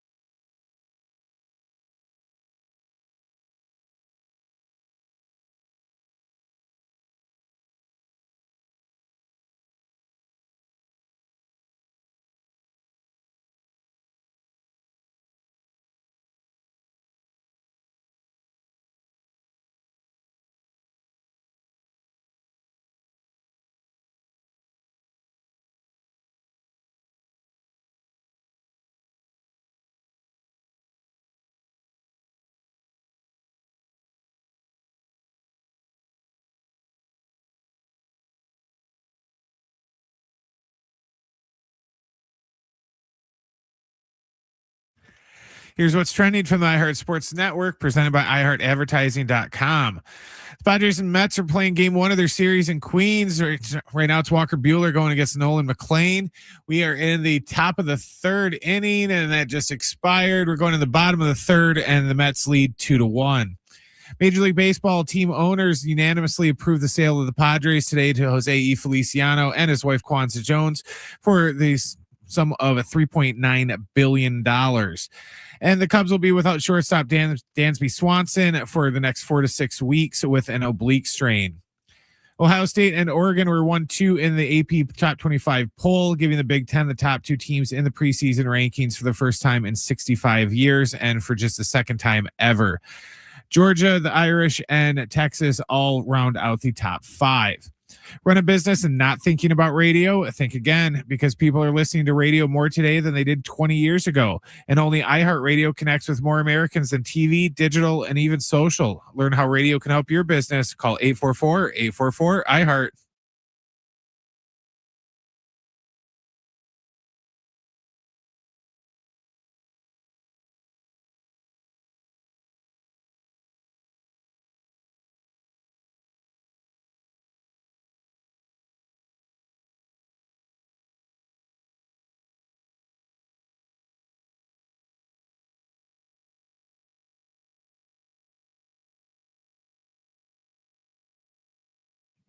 Final hour. Schaefer and Sliwa, San Diego Sports 760. If you missed Kevin Acee, you'll hear that conversation at 5:30. Padres and Mets, Allen. Well underway in Flushing, Queens, and what a 2.5 innings it has been. The Padres, Allen, have not had one base runner thrown out at home or two. They've had 3 in the first 2 innings. I don't even know where you go with that. I doubt it's ever happened. 3 runners thrown out at home in the first 2 innings of a game. It's 2-1 Mets in the third. We'll see if the Padres can find a way to win this game tonight. Please do me a favor that we're not having a conversation that the Padres lost the game because of their third base coach. Like let's not have conversations. And sometimes it does happen, and sometimes you do make a bad, decision. I ended up seeing all of them. The third one was a lot closer than the first 2. The first 2 just looked idiotic. Yeah. Like they just look like, I agree. Why are you sending a runner from third if it's Manny Machado and it looks like he's going to get thrown out with enough time for the catcher to catch the ball, grab a quick dog, and then come back and tag you? So I again, let's just hope that it doesn't come out this way. In a weird way, a little bit of adversity in this game. Can you find a way to just figure it out and eventually get through it? And then did you say, and you're right, it's 2-1. They could win this game by 10. I mean, there's so many twists and turns potentially ahead. Did you see Walker Buehler, after his 2-run first, go into the dugout and apparently yell at Michael King on his way into the dugout after the first inning? I don't know as to why. I've been trying to find out on social media. I mean, we're on the air. I'm not listening to the game, but I am watching it. But Walker Buehler was heated, fired up after allowing 2 runs in the first inning, and apparently was yelling at players within his own dugout, including Michael King. I don't know why. I got nothing here. I mean, here's what I'm hoping for. I'm hoping this was one of those, hey, Walker, you're good, brother. And he turns over to them and says, shut up. Like, I don't want to hear it right now. Right. No, I'm not good. I shouldn't have given up 2 runs, and I should be better. I'm hoping it's one of those situations than anything else. But if it's like especially Michael King of all players, I don't know. That just doesn't seem like a guy that's going to be getting in the face of his own teammate. So we'll wait. We're not going to have any idea until after the game of what happened, or maybe there's a storyline that comes out on X or something along those lines. But please tell me there's no bickering between these guys. Hopefully it's, don't worry about it, Walker. You're going to be fine. And he tells them, I don't want to hear anything right now, which is obviously sounds like a Walker Buehler competitive type of moment. Nothing personal to it. I have no issue with it if that's how it played out. All right, so there's this reporting from earlier today that we haven't really touched on. It's involving Steve Ballmer, this Clippers investigation. How about this? The reporting at ESPN from Don Van Natta Jr., who's their investigative reporter, Baxter Holmes, and Ramona Shelburne, and the lead is this: sources. NBA has no evidence Steve Ballmer funneled money to Kawhi Leonard via sponsors. The NBA has since come out with a statement saying that some of the facts within this article are inaccurate, and they'll wait for the conclusion of the investigation before speaking more. But what do you make of this reporting from ESPN stating that the Clippers may not actually be liable for what's been alleged? Let me ask the question here. Let's just say this is how it plays out. They're not liable. Yep. That this is like, hey, not enough evidence here. You tell me who looks the worst of the three. Okay. Is it Kawhi Leonard, who's been part of the investigation? Okay. Is it the Los Angeles Clippers and the Los Angeles Clippers and Steve Ballmer? Right. Okay. Or the NBA? You could say the NBA and Adam Silver. Let's just say this is the result. This is what it is. Yeah. Who do you think looks worse of those three? It's not even close. It's not even close. Who's that? It's the National Basketball Association. I'm with you. It'll be remembered more as like the NBA's story than it will be about Kawhi Leonard, in my opinion. And the Clippers are a bit of an afterthought as it is within the league. I think this will be more about, did the NBA drop a ball, or does it add fuel onto the fire of like the NBA just can't get these things right? I think it goes further. I think there's some legitimate, questions about the integrity sometimes of basketball. And if let me just take last season, what happened. Last season, one game into the year, one of the head coaches for the Portland Trailblazers was part of a federal investigation. Right. A couple of the players have been involved and wrapped into, it looks like these guys were betting on some of the games. Like I could go to a lot of things with the NBA and say they don't look like they're dotting their I's, they're crossing their T's. And there are a lot of times where it doesn't, I don't think they're actually looking out for the consumer. Load management, stars not playing. Like there's a ton of things I could look at with the NBA where I get it. All of these companies and all of these leagues, the bottom line is all that matters. I just think some of them hide it a little bit better than the NBA does. I agree with you that I do think that the damage has already been done. The perception from NBA fans are going to be like, what's going on with your league? And this looks sloppy or dirty. Can I ask that? And I think you're 100% right. And I think a lot of this is like you're automatically guilty, regardless of what the evidence suggests.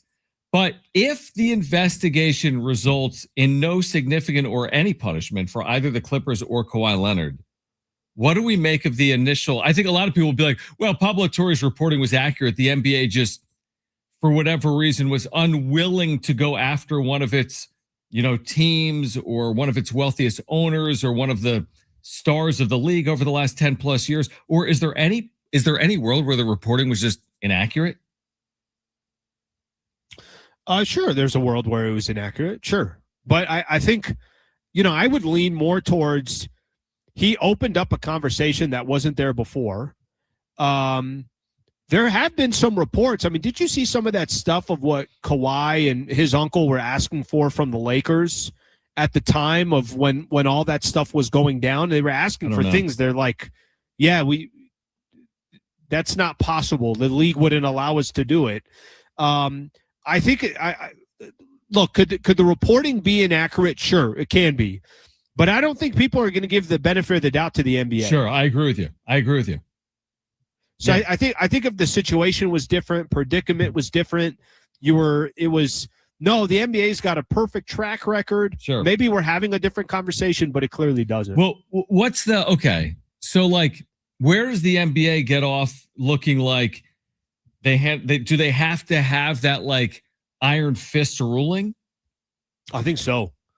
Like, I think the NBA just saying nothing to see here, everything is beautiful, and I've never seen such a cleaner investigation. I think you would need some meat to this, or you would need just like, I don't know, just much more details. I think the reason why the NBA is kind of denying the reporter saying, hey, this thing isn't done is because they want to be the ones that say, hey, it's done. And they didn't. Someone from ESPN, Baxter Holmes, was the one that's like, hey, this is where it is. So it's almost because they don't have control of it. It's also, this has played out for the better part of a year, correct? I think it's an 11-month process so far. Mm-hmm. I wonder if the end result is just like slap on the wrist. There's a fine. There's a strongly worded statement. But wouldn't people say, well, if you slap them on the wrist, then they did something. So why would you slap them on the wrist? Like, it's almost as if you either can't, I almost feel like they can't do anything and just say there's nothing. We can't prove anything here. Interesting. Or they say, we have to drop the hammer, because even if they circumvented the salary cap, but it was like it wasn't anything crazy, you still have to get the point across of, like, there's a reason why we have a salary cap here, and you have to send a message across the rest of the league. If you slap a hand, what are you saying then? You're saying what? You're saying that you did something wrong and you didn't drop the hammer? I don't feel like you could do one or the other. Isn't the new allegation in some of this reporting, correct me if I'm wrong, that one of the issues at hand for the Clippers could now be not that they circumvented, but the way they introduced Kawhi Leonard to potential sponsors? Yeah, and to be honest, that's such, like, I don't know how that works. Yeah, like, to me, when I hear that sounds normal. Right, exactly. That sounds like, business. Hey, we have State Farm Insurance, who's a sponsor, who, by the way, would also love to have you endorse them on a whatever national level or something. I think of like Chris Paul and his relationship with the Clippers with State Farm and all that. State Farm could have been an official NBA sponsor. So I don't know how that, how that gets entangled. But I think, John, this is the point. The point is, listen to the conversation we're spending on our show about the NBA. The conversation is not about this is the schedule and this is Christmas games and this is this and how about this matchup and this trade. What does it do now? Brandon Ingram's with the Clippers and Kawhi Leonard is back with Toronto. We're spending time about an investigation in the NBA. That's I think, my point. It's a good point. We will get back to the Padres at 5:30 with Kevin Acee, our Padres Insider, if you missed the conversation from earlier. Plus, what is the value of preseason college football rankings? And does Tyrese Halliburton have a point? We'll explain coming up. Schaefer and Sliwa, San Diego Sports 760. We're live on the iHeartRadio app.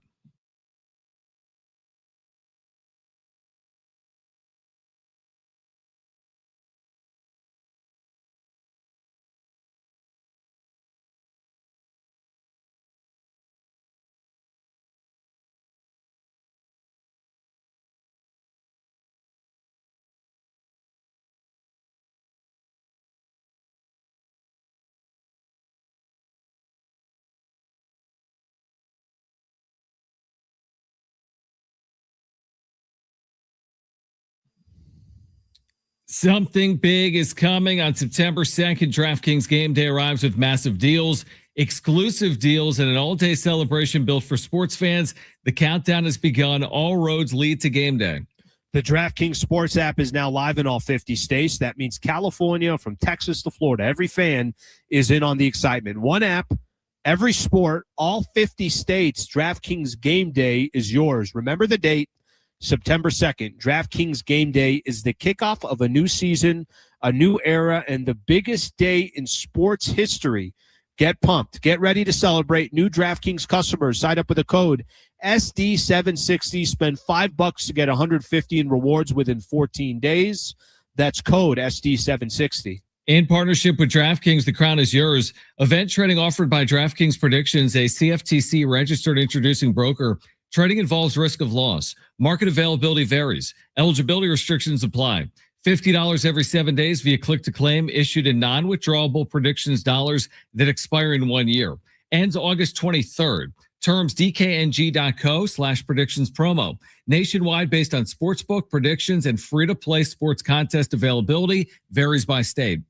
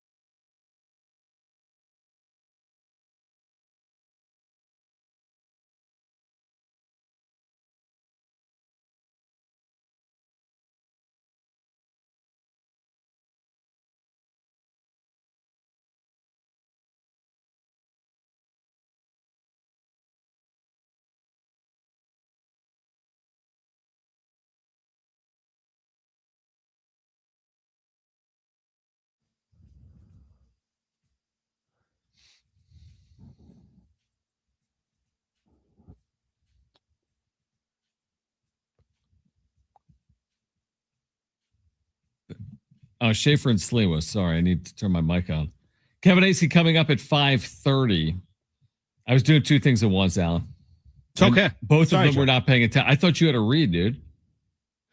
I didn't have it up in time. Let me just remind everybody, SDFC is back on the road Wednesday night when they take on Portland. Our coverage with Adrian and Darren begins at 7 p.m. on your home of for SDFC, San Diego Sports 760. Did you see this quote from Tyrese Halliburton? Do you know where I'm going?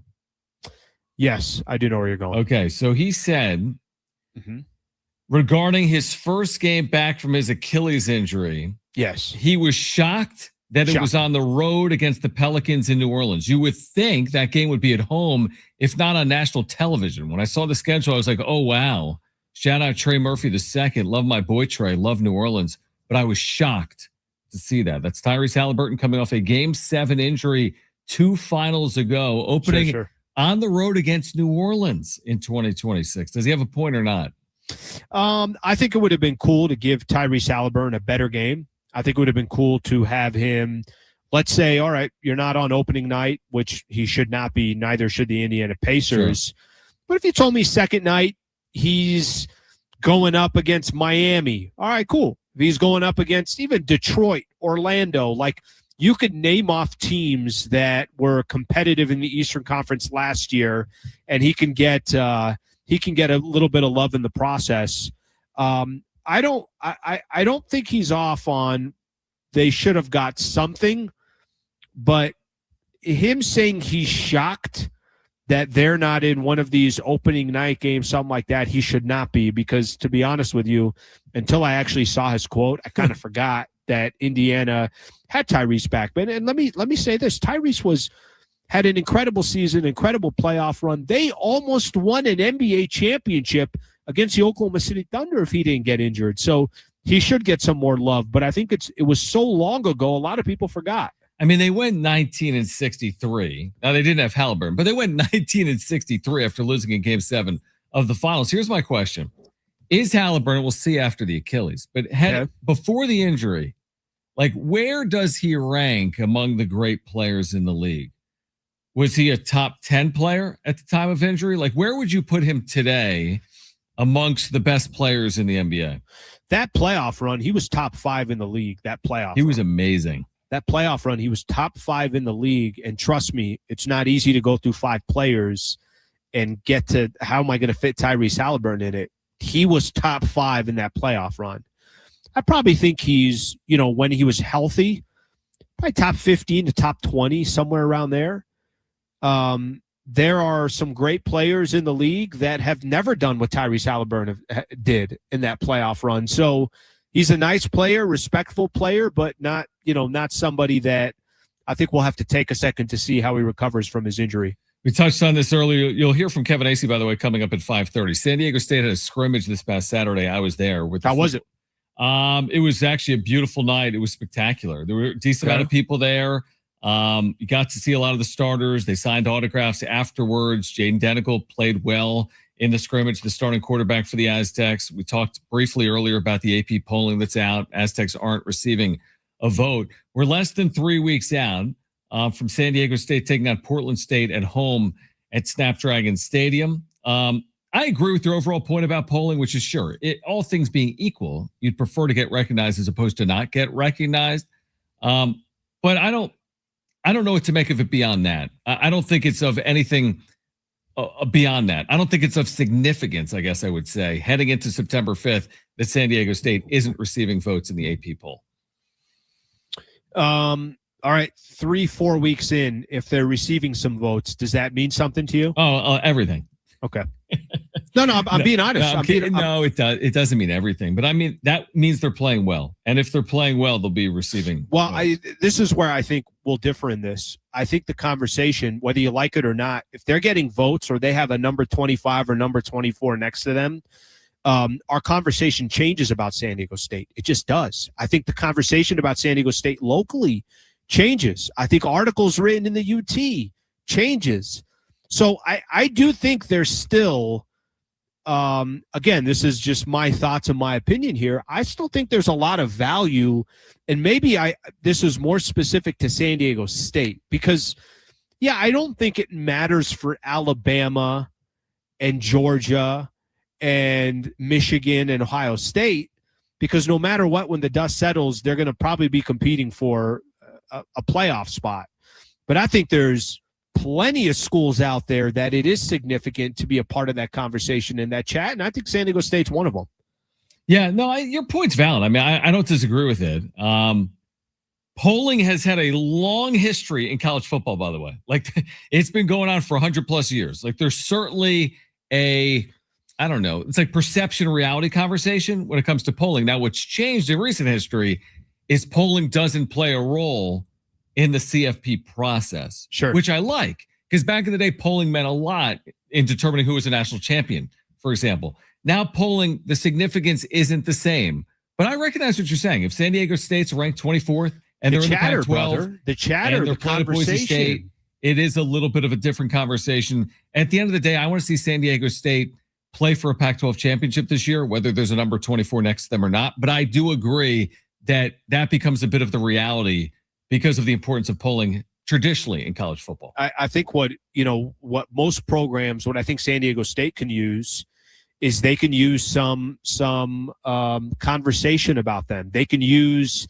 Like, I think that's important for the university, especially the football program. The basketball program has been, all right, we got this type of track record that's been there for X amount of years. We've made the tournament. We've been to the Sweet 16. We've got to the Final Four and played in a championship game. It's synonymous with San Diego State basketball. I think that would, I do think it would be significant on the football front. That's fair. All right, let's switch gears back to the Padres on the other side. Kevin Acee, our Padres Insider, as the Padres and Mets are underway in game one of their 3-game series. A lot on what's now become officially official. Jose Feliciano, his wife Kwanzaa Jones, taking over the Padres organization as majority owners. You'll get Kevin's thoughts on that and the surging Padres on the other side. We're here until 6 p.m. This is Schaefer and Sliwa on San Diego Sports 760. We're live on the iHeartRadio app.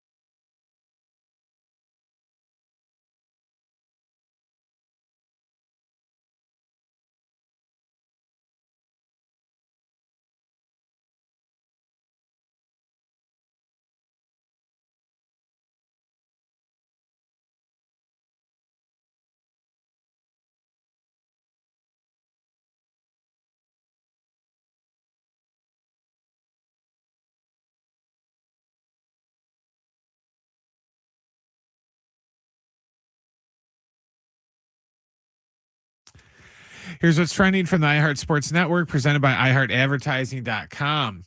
Padres and Mets are in Queens playing game 1 of their series against the Mets. Right now, we are in the top of the 5th inning, and the Mets lead 2-1.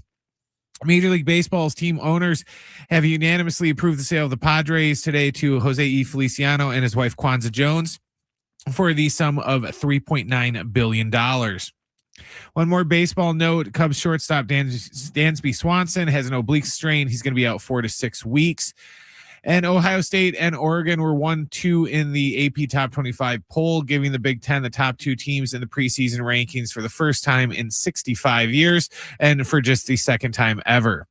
Georgia, Notre Dame, and Texas rounded out the rest of the top 5. Run a business and not thinking about radio? Think again, because people are listening to radio more today than they did 20 years ago. And only iHeartRadio connects with more Americans than TV, digital, and even social. Learn how radio can help your business. Call 844-844-iHeart.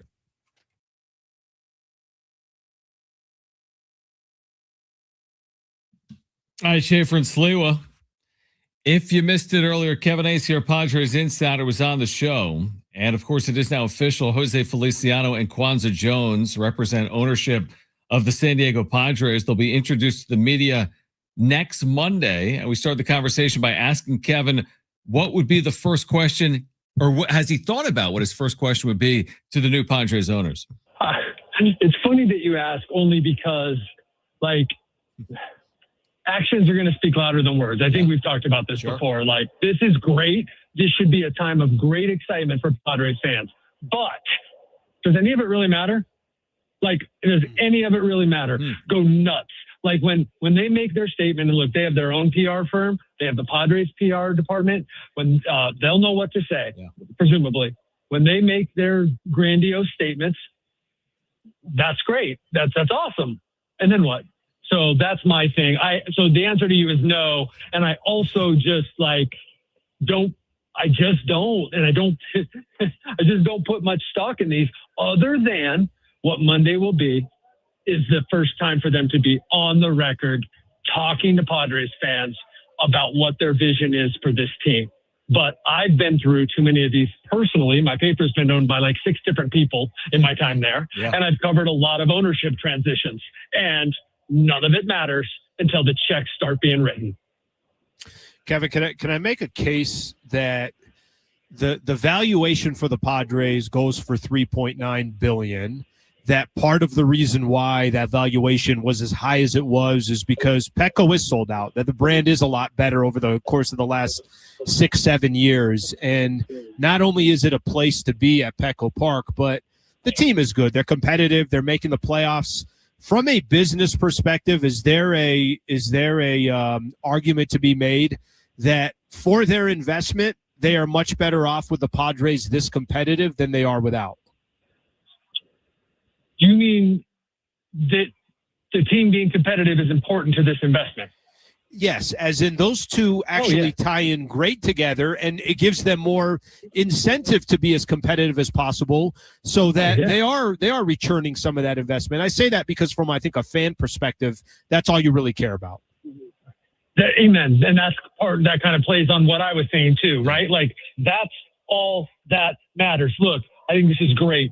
They are going to be the second minority owners in the league. They seem to be that they want to be very invested in San Diego. They seem to have been involved in many things in their lives. They by all accounts, or at least, the people that I've talked to, they're down to earth and really cool people. And that's all awesome. That makes me want to maybe hang out with them at a dinner party. But if I'm a fan of this team, there's one thing that matters. And so the answer to your question is the number one thing about their investment for all this other stuff they bought. And that includes, look, eventually the area around the ballpark is going to be even more developed. And there's all sorts of, and they all the concerts and everything that they, they do. The number one thing that draws people, 40,000 people, 81 nights a year, and sells a whole bunch of stuff is the success of this team. Kevin Acee is our Padres Insider. Well said. Let's switch to what's happening on field. Padres continue to play really well. They win that series, obviously, in Cleveland.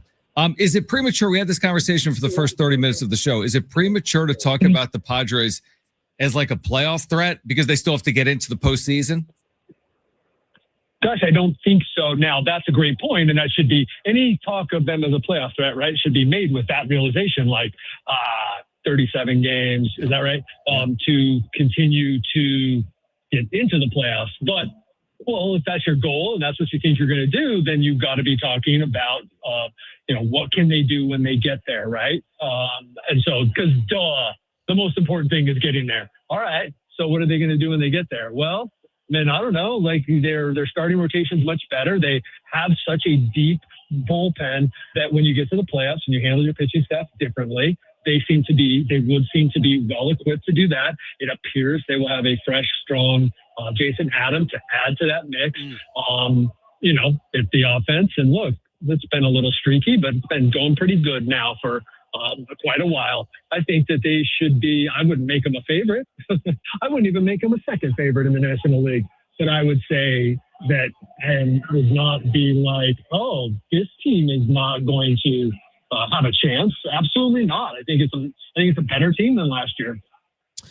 Kevin, is there anything that could change your opinion on that? Is it, let's just say the offense continues to be phenomenal the rest of the regular season. Let's say the pitching rotation is Casey Mize continues to be really, really good. Robbie Ray gets into his own, and Musgrove comes back. Maybe you mentioned Jason Adams' name. Is there anything that they can do to change your opinion in the sense of like, no, this is a real threat come the postseason? Well, I think it's a real threat. I just don't have them ahead of the Dodgers and the Cubs at this point. I think they're a real threat. I mean, I do. I thought you were going to say change my opinion the other way, and I guess that would be injury or the offense falling off. No, I think this is a team, and it's always been this way, which, like, they're made a bunch of stuff. I live in the gray because life is gray despite what everyone thinks. And I just said everyone, meaning that I just made it an absolute. Despite what many people think, life is in the gray, and so is sports. And that I thought it was funny because you could absolutely be correct. The Padres weren't a playoff team in July. Yeah, playoffs aren't played in July. So a long way to go to then, and they have talent, and they had the trade deadline to address their biggest need, and they did. So I now think they are a playoff team, or, they can be a playoff team. And I think that they are built, which was the intention all along with the way the bullpen is, that they are built to do damage in the playoffs. What do you make of this series specifically? Andy Green, the acting manager of the Mets, are actually playing well. I know Juan Soto's out. I think some of the Mets starting pitching has been good, including Nolan McLean. How do you see the way this series all of a sudden stacks up? Well, this is another one, like I would say, like the Guardians, and depending on who you face pitching against the Pirates, I would say is your problem is you made it now, so where you have a 1-game lead on the Diamondbacks or whatever you are, you're bunched in, right? And you no longer have the luxury of going, damn, the Mets are playing really good. Nolan McLean's on the mound because, major league team, major league pitchers. This was the guy, Team USA guy. This is like, man, you are up against it tonight. Tough luck. Got to beat the Mets. Got to take 2 or 3 from the Mets. Got to take 2 or 3 from the Twins. Got to take 2 or 3 from the Pirates.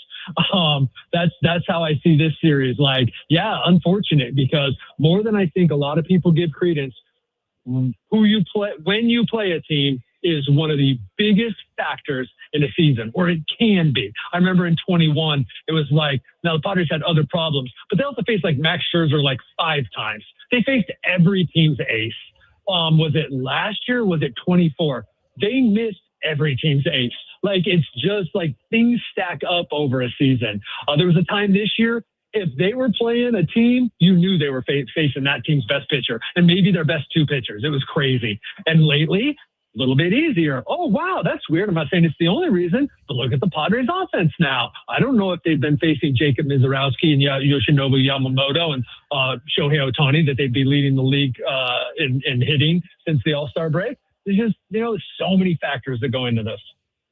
Kevin Acee, our Padres Insider, joining us on the Schaefer and Sleba Show. Kevin, I know going back to yesterday here real quick, but Casey Mize, what have you made of after that first rough start? He looked phenomenal yesterday. What has been some of the internal conversation about how great he's looked in these last couple of starts? And then just what did you see yesterday from him?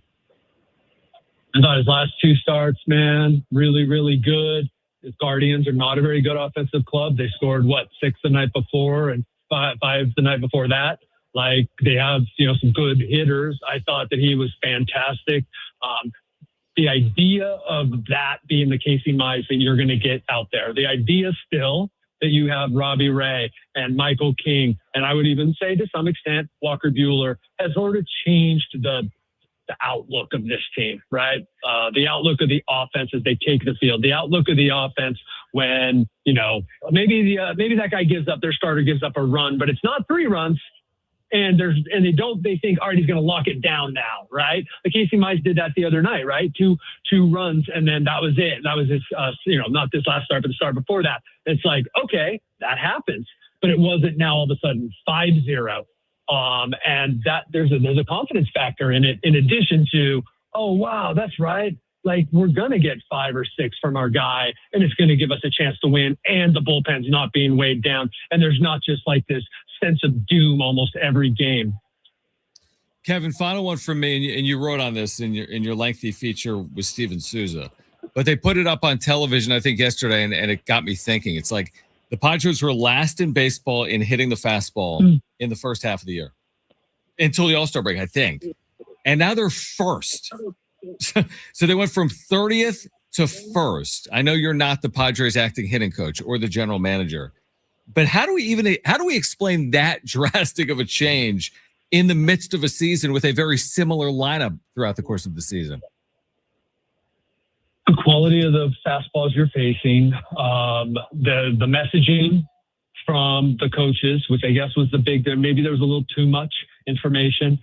Manny getting himself right, Jackson getting himself right, Tatis getting himself right, which some of that sure has to do with the fastball and but like the way that they were being prepared for games, and that's not to put it all on Souza in the beginning. I'm saying those guys got better, that's for sure. Like there's just so much that goes into it, including, like, I know I'm kind of harping on this, the teams they're playing, and that's how it is. That's how it is. If you covered another team, you'd notice how well another good team, you would notice how well the Dodgers do against bad teams too. And against bad pitchers, or I shouldn't say bad pitchers, but you're not facing Jacob Mizorowski.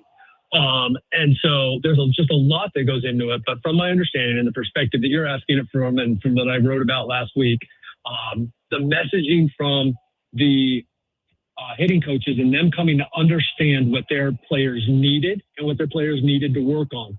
And well, we hear it all the time. It's one of the biggest cliches, right? Stay on the fastball, you're ready for everything else. Well, break that down, and now you've just got more confidence. You can cover more parts of the plate. If you can see the fastball and you're locked in on it, you can see spin better. And it just has really, really, changed the entire outlook of the offense. Kevin, final one from me as well. So between, of course, Philly, San Diego, and Arizona, all separated by a game right now, anything changed for you? I think in the past, correct me if I'm wrong on this, do you feel like Philly, of the two teams between Philadelphia and Arizona, Philly is the better of the two, or has that changed your opinion at all in this 3-team race? I don't feel entirely qualified other than what I've seen from them. Yeah, I do, obviously, but they're hitting for some reason. I don't know, maybe they don't have as good hitters as I think, or as many, but they're just so streaky on offense. But their pitching's pretty good, and yeah, I would think so. Now, look, they might have some other things going on there too. It's a kind of a circus there, it seems like. So, yeah, what I hope isn't the case, just for my planning purposes, but I think this thing is going to be right down to the wire. So maybe I'm trying to reverse jinx myself there. We're going to see 37 regular season games remaining for the Padres, including tonight in Queens against the Mets. Kevin, appreciate you taking time for us. We'll do it again when the series wraps up. John, is it finally here? Or is it the night that you're, speaking of Padres and their ancillary businesses, is it finally here tonight, John? Wait, what? Say this again? Don't you have this concert tonight?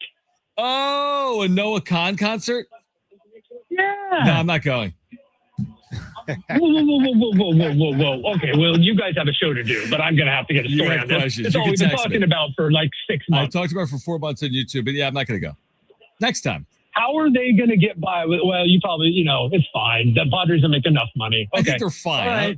I don't think Jose really Feliciano's relying on my money from my 2 tickets. I've never even heard a note of this guy's music, and I feel like I know him personally. You've talked about him so much. I can't believe this. All right, I'll talk to you later. That's from our Padres Collective show. Thank you, Kevin. All right, that was earlier our Padres Insider Kevin Acee. Why is this not working for me, Alan? All right, we're going to come back. What part? Your YouTube? I'm thinking my computer's all bogged down. There we are. Kind of. You're back. Yeah, you're sort of back. We have tickets to see, is it Muse, Brent? Tickets to see Muse. We'll give those away on the other side. That's coming up at the North Island Credit Union Amphitheater on August 29th. Plus the latest on Ketel Marte, the star for the Diamondbacks, placed on the restricted list. We have more on that. Padres and Mets underway as well. Stay with us on Schaefer and Sliwa here on 760.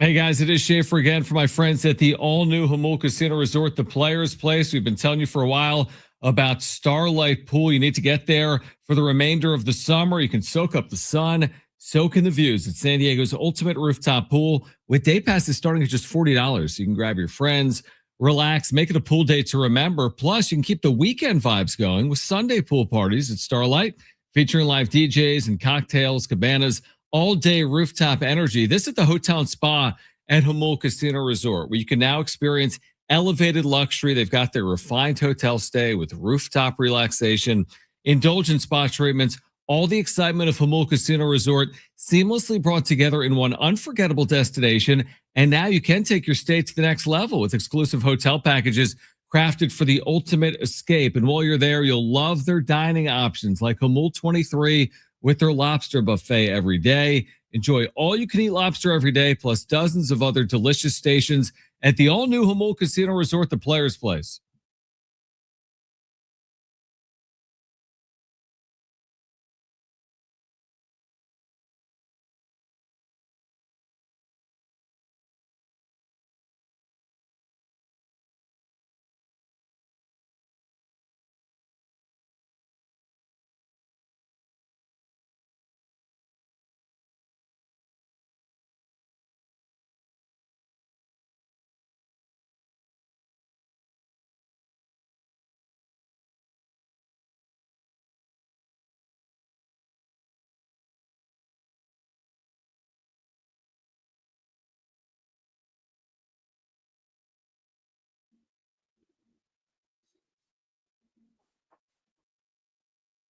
Check, check, check. Check 1, 2. Check 1, 2, 3, 4.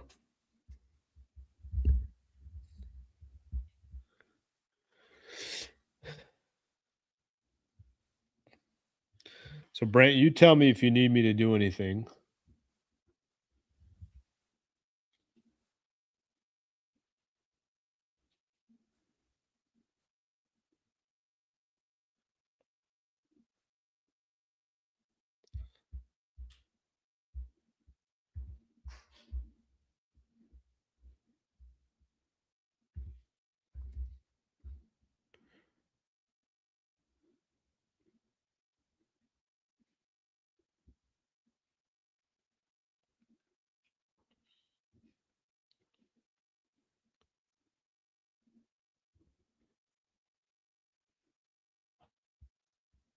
Check, check, check, check. Check 1, 2. Check 1, 2, 3, 4.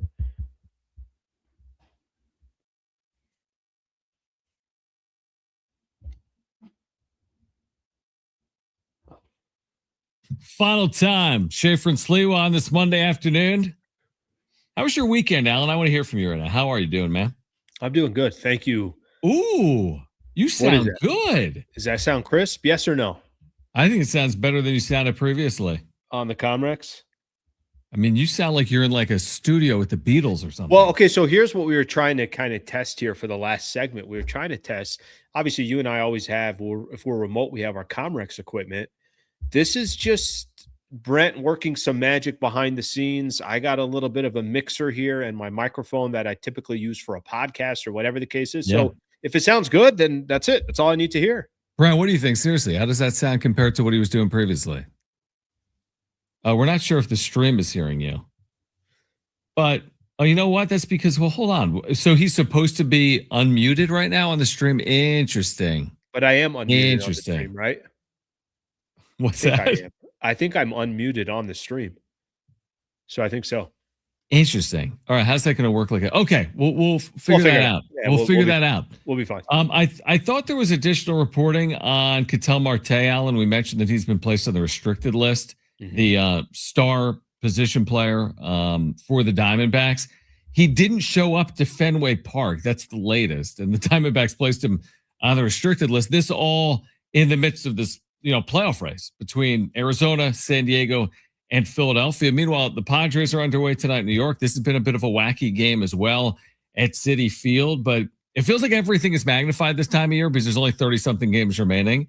And I don't have it. If Ketel Marte is going to miss time, I have no issue with it, honestly. If the Padres benefit from Ketel Marte missing time for whatever reason, honestly, I'm cool with it. As long as it's not, and I think this is something that, you and I chatted about a little bit earlier when that news was just coming out, as long as it's not, hey, there's a situation here or no, family, I'm with you. I'm with you. Right? So yeah. we're on the same page. But if you told me today that the Arizona Diamondbacks have some issues internally, that's a good thing for the Padres, right?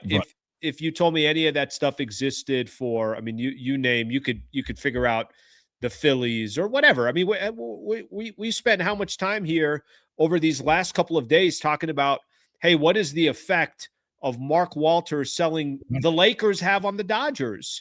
That's not, something that we can control, but does it benefit San Diego if Marte's not there and they have issues? That's their own problem to figure out, not ours.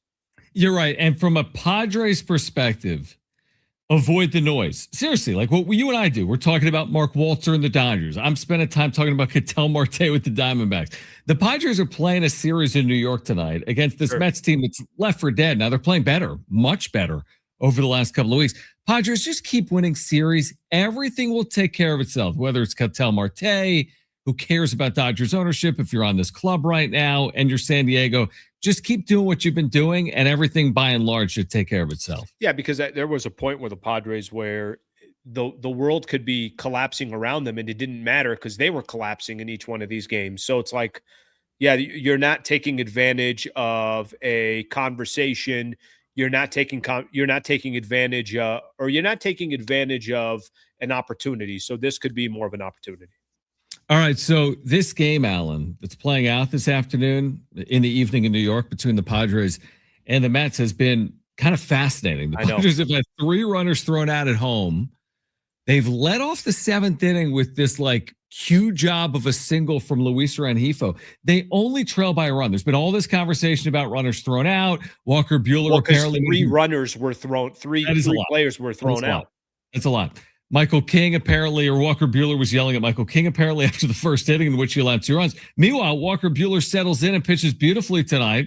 Padres only trail by a run in the 7th inning, and we'll see if they can overcome that deficit late and win late, which is something they've done a lot in 2026. Yeah, I haven't seen. Is there what's going on around the rest of the league? I mean, has it? Oh, you haven't heard? Arizona playing tonight or no? I don't even know. I mean, everyone's playing, right? Okay, I'm going to tell you. Monday could be a couple teams could have some. Arizona's losing 7-0 without Ketel Marte. Wow. Okay. Phillies up. What's the Philly score? 4-1. Okay, so the Phillies are up, but you could live with the Diamondbacks losing because they're already behind the Padres, right? By a game? Yeah, Arizona's 1 back. Okay. Can we get listen? I know I'm gonna kind of jump a little bit ahead here, but nice to kind of have a little bit of a cushion, couple game cushion, and by the way, this is what happens. You start getting greedy because if you'd have said, they're just a couple games back, you would have been fine with that 2-3 weeks ago. But like I said, when if Arizona starts, if they struggle a little bit, you got to try to take advantage of that. Dude, to your point, like San Diego, which it felt like, it doesn't feel like they've been in a playoff spot much. like if you can go multiple games up for a playoff spot, that to me is actually going to feel like a cushion for the first time in forever. Because it feels right now like every day is determining whether they're a playoff team or not a playoff team. Give me a little bit of cushion. I think that goes a long way. How are you down 2-1 with 7 hits to 2 hits? Because they're down 2-1, they have 7 hits and the Mets have 2 hits. Seriously, like how about this? This game is so not just like random, but just I don't know if ugly is the right way to put it. I mean, ugly is because the squad is down 2-1, but just a weird setting of a couple hours of baseball so far. Alan, they had 7 consecutive base runners reach without scoring. How do you do that? I don't know. They had the dudes thrown out on singles, then had some walks in the next inning. It was 7 consecutive base runners reach base safely without scoring. They eventually scored on a sac fly. Right. Had the bases loaded with nobody out and eventually just scored on a 1-out sac fly. And then a single that again is another one thrown out at the plate. So it has been one again over 162. There's always one of those games. There's a lot of games over the course of the year that are bizarre. And if they can manage a way to win this game, man, it says a lot for me.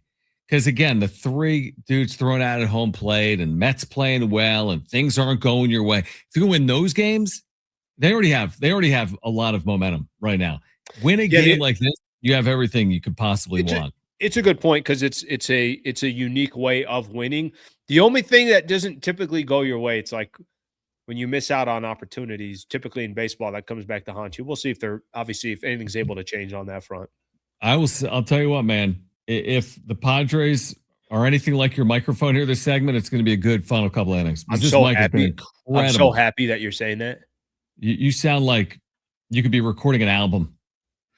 We might have cracked the code of something here.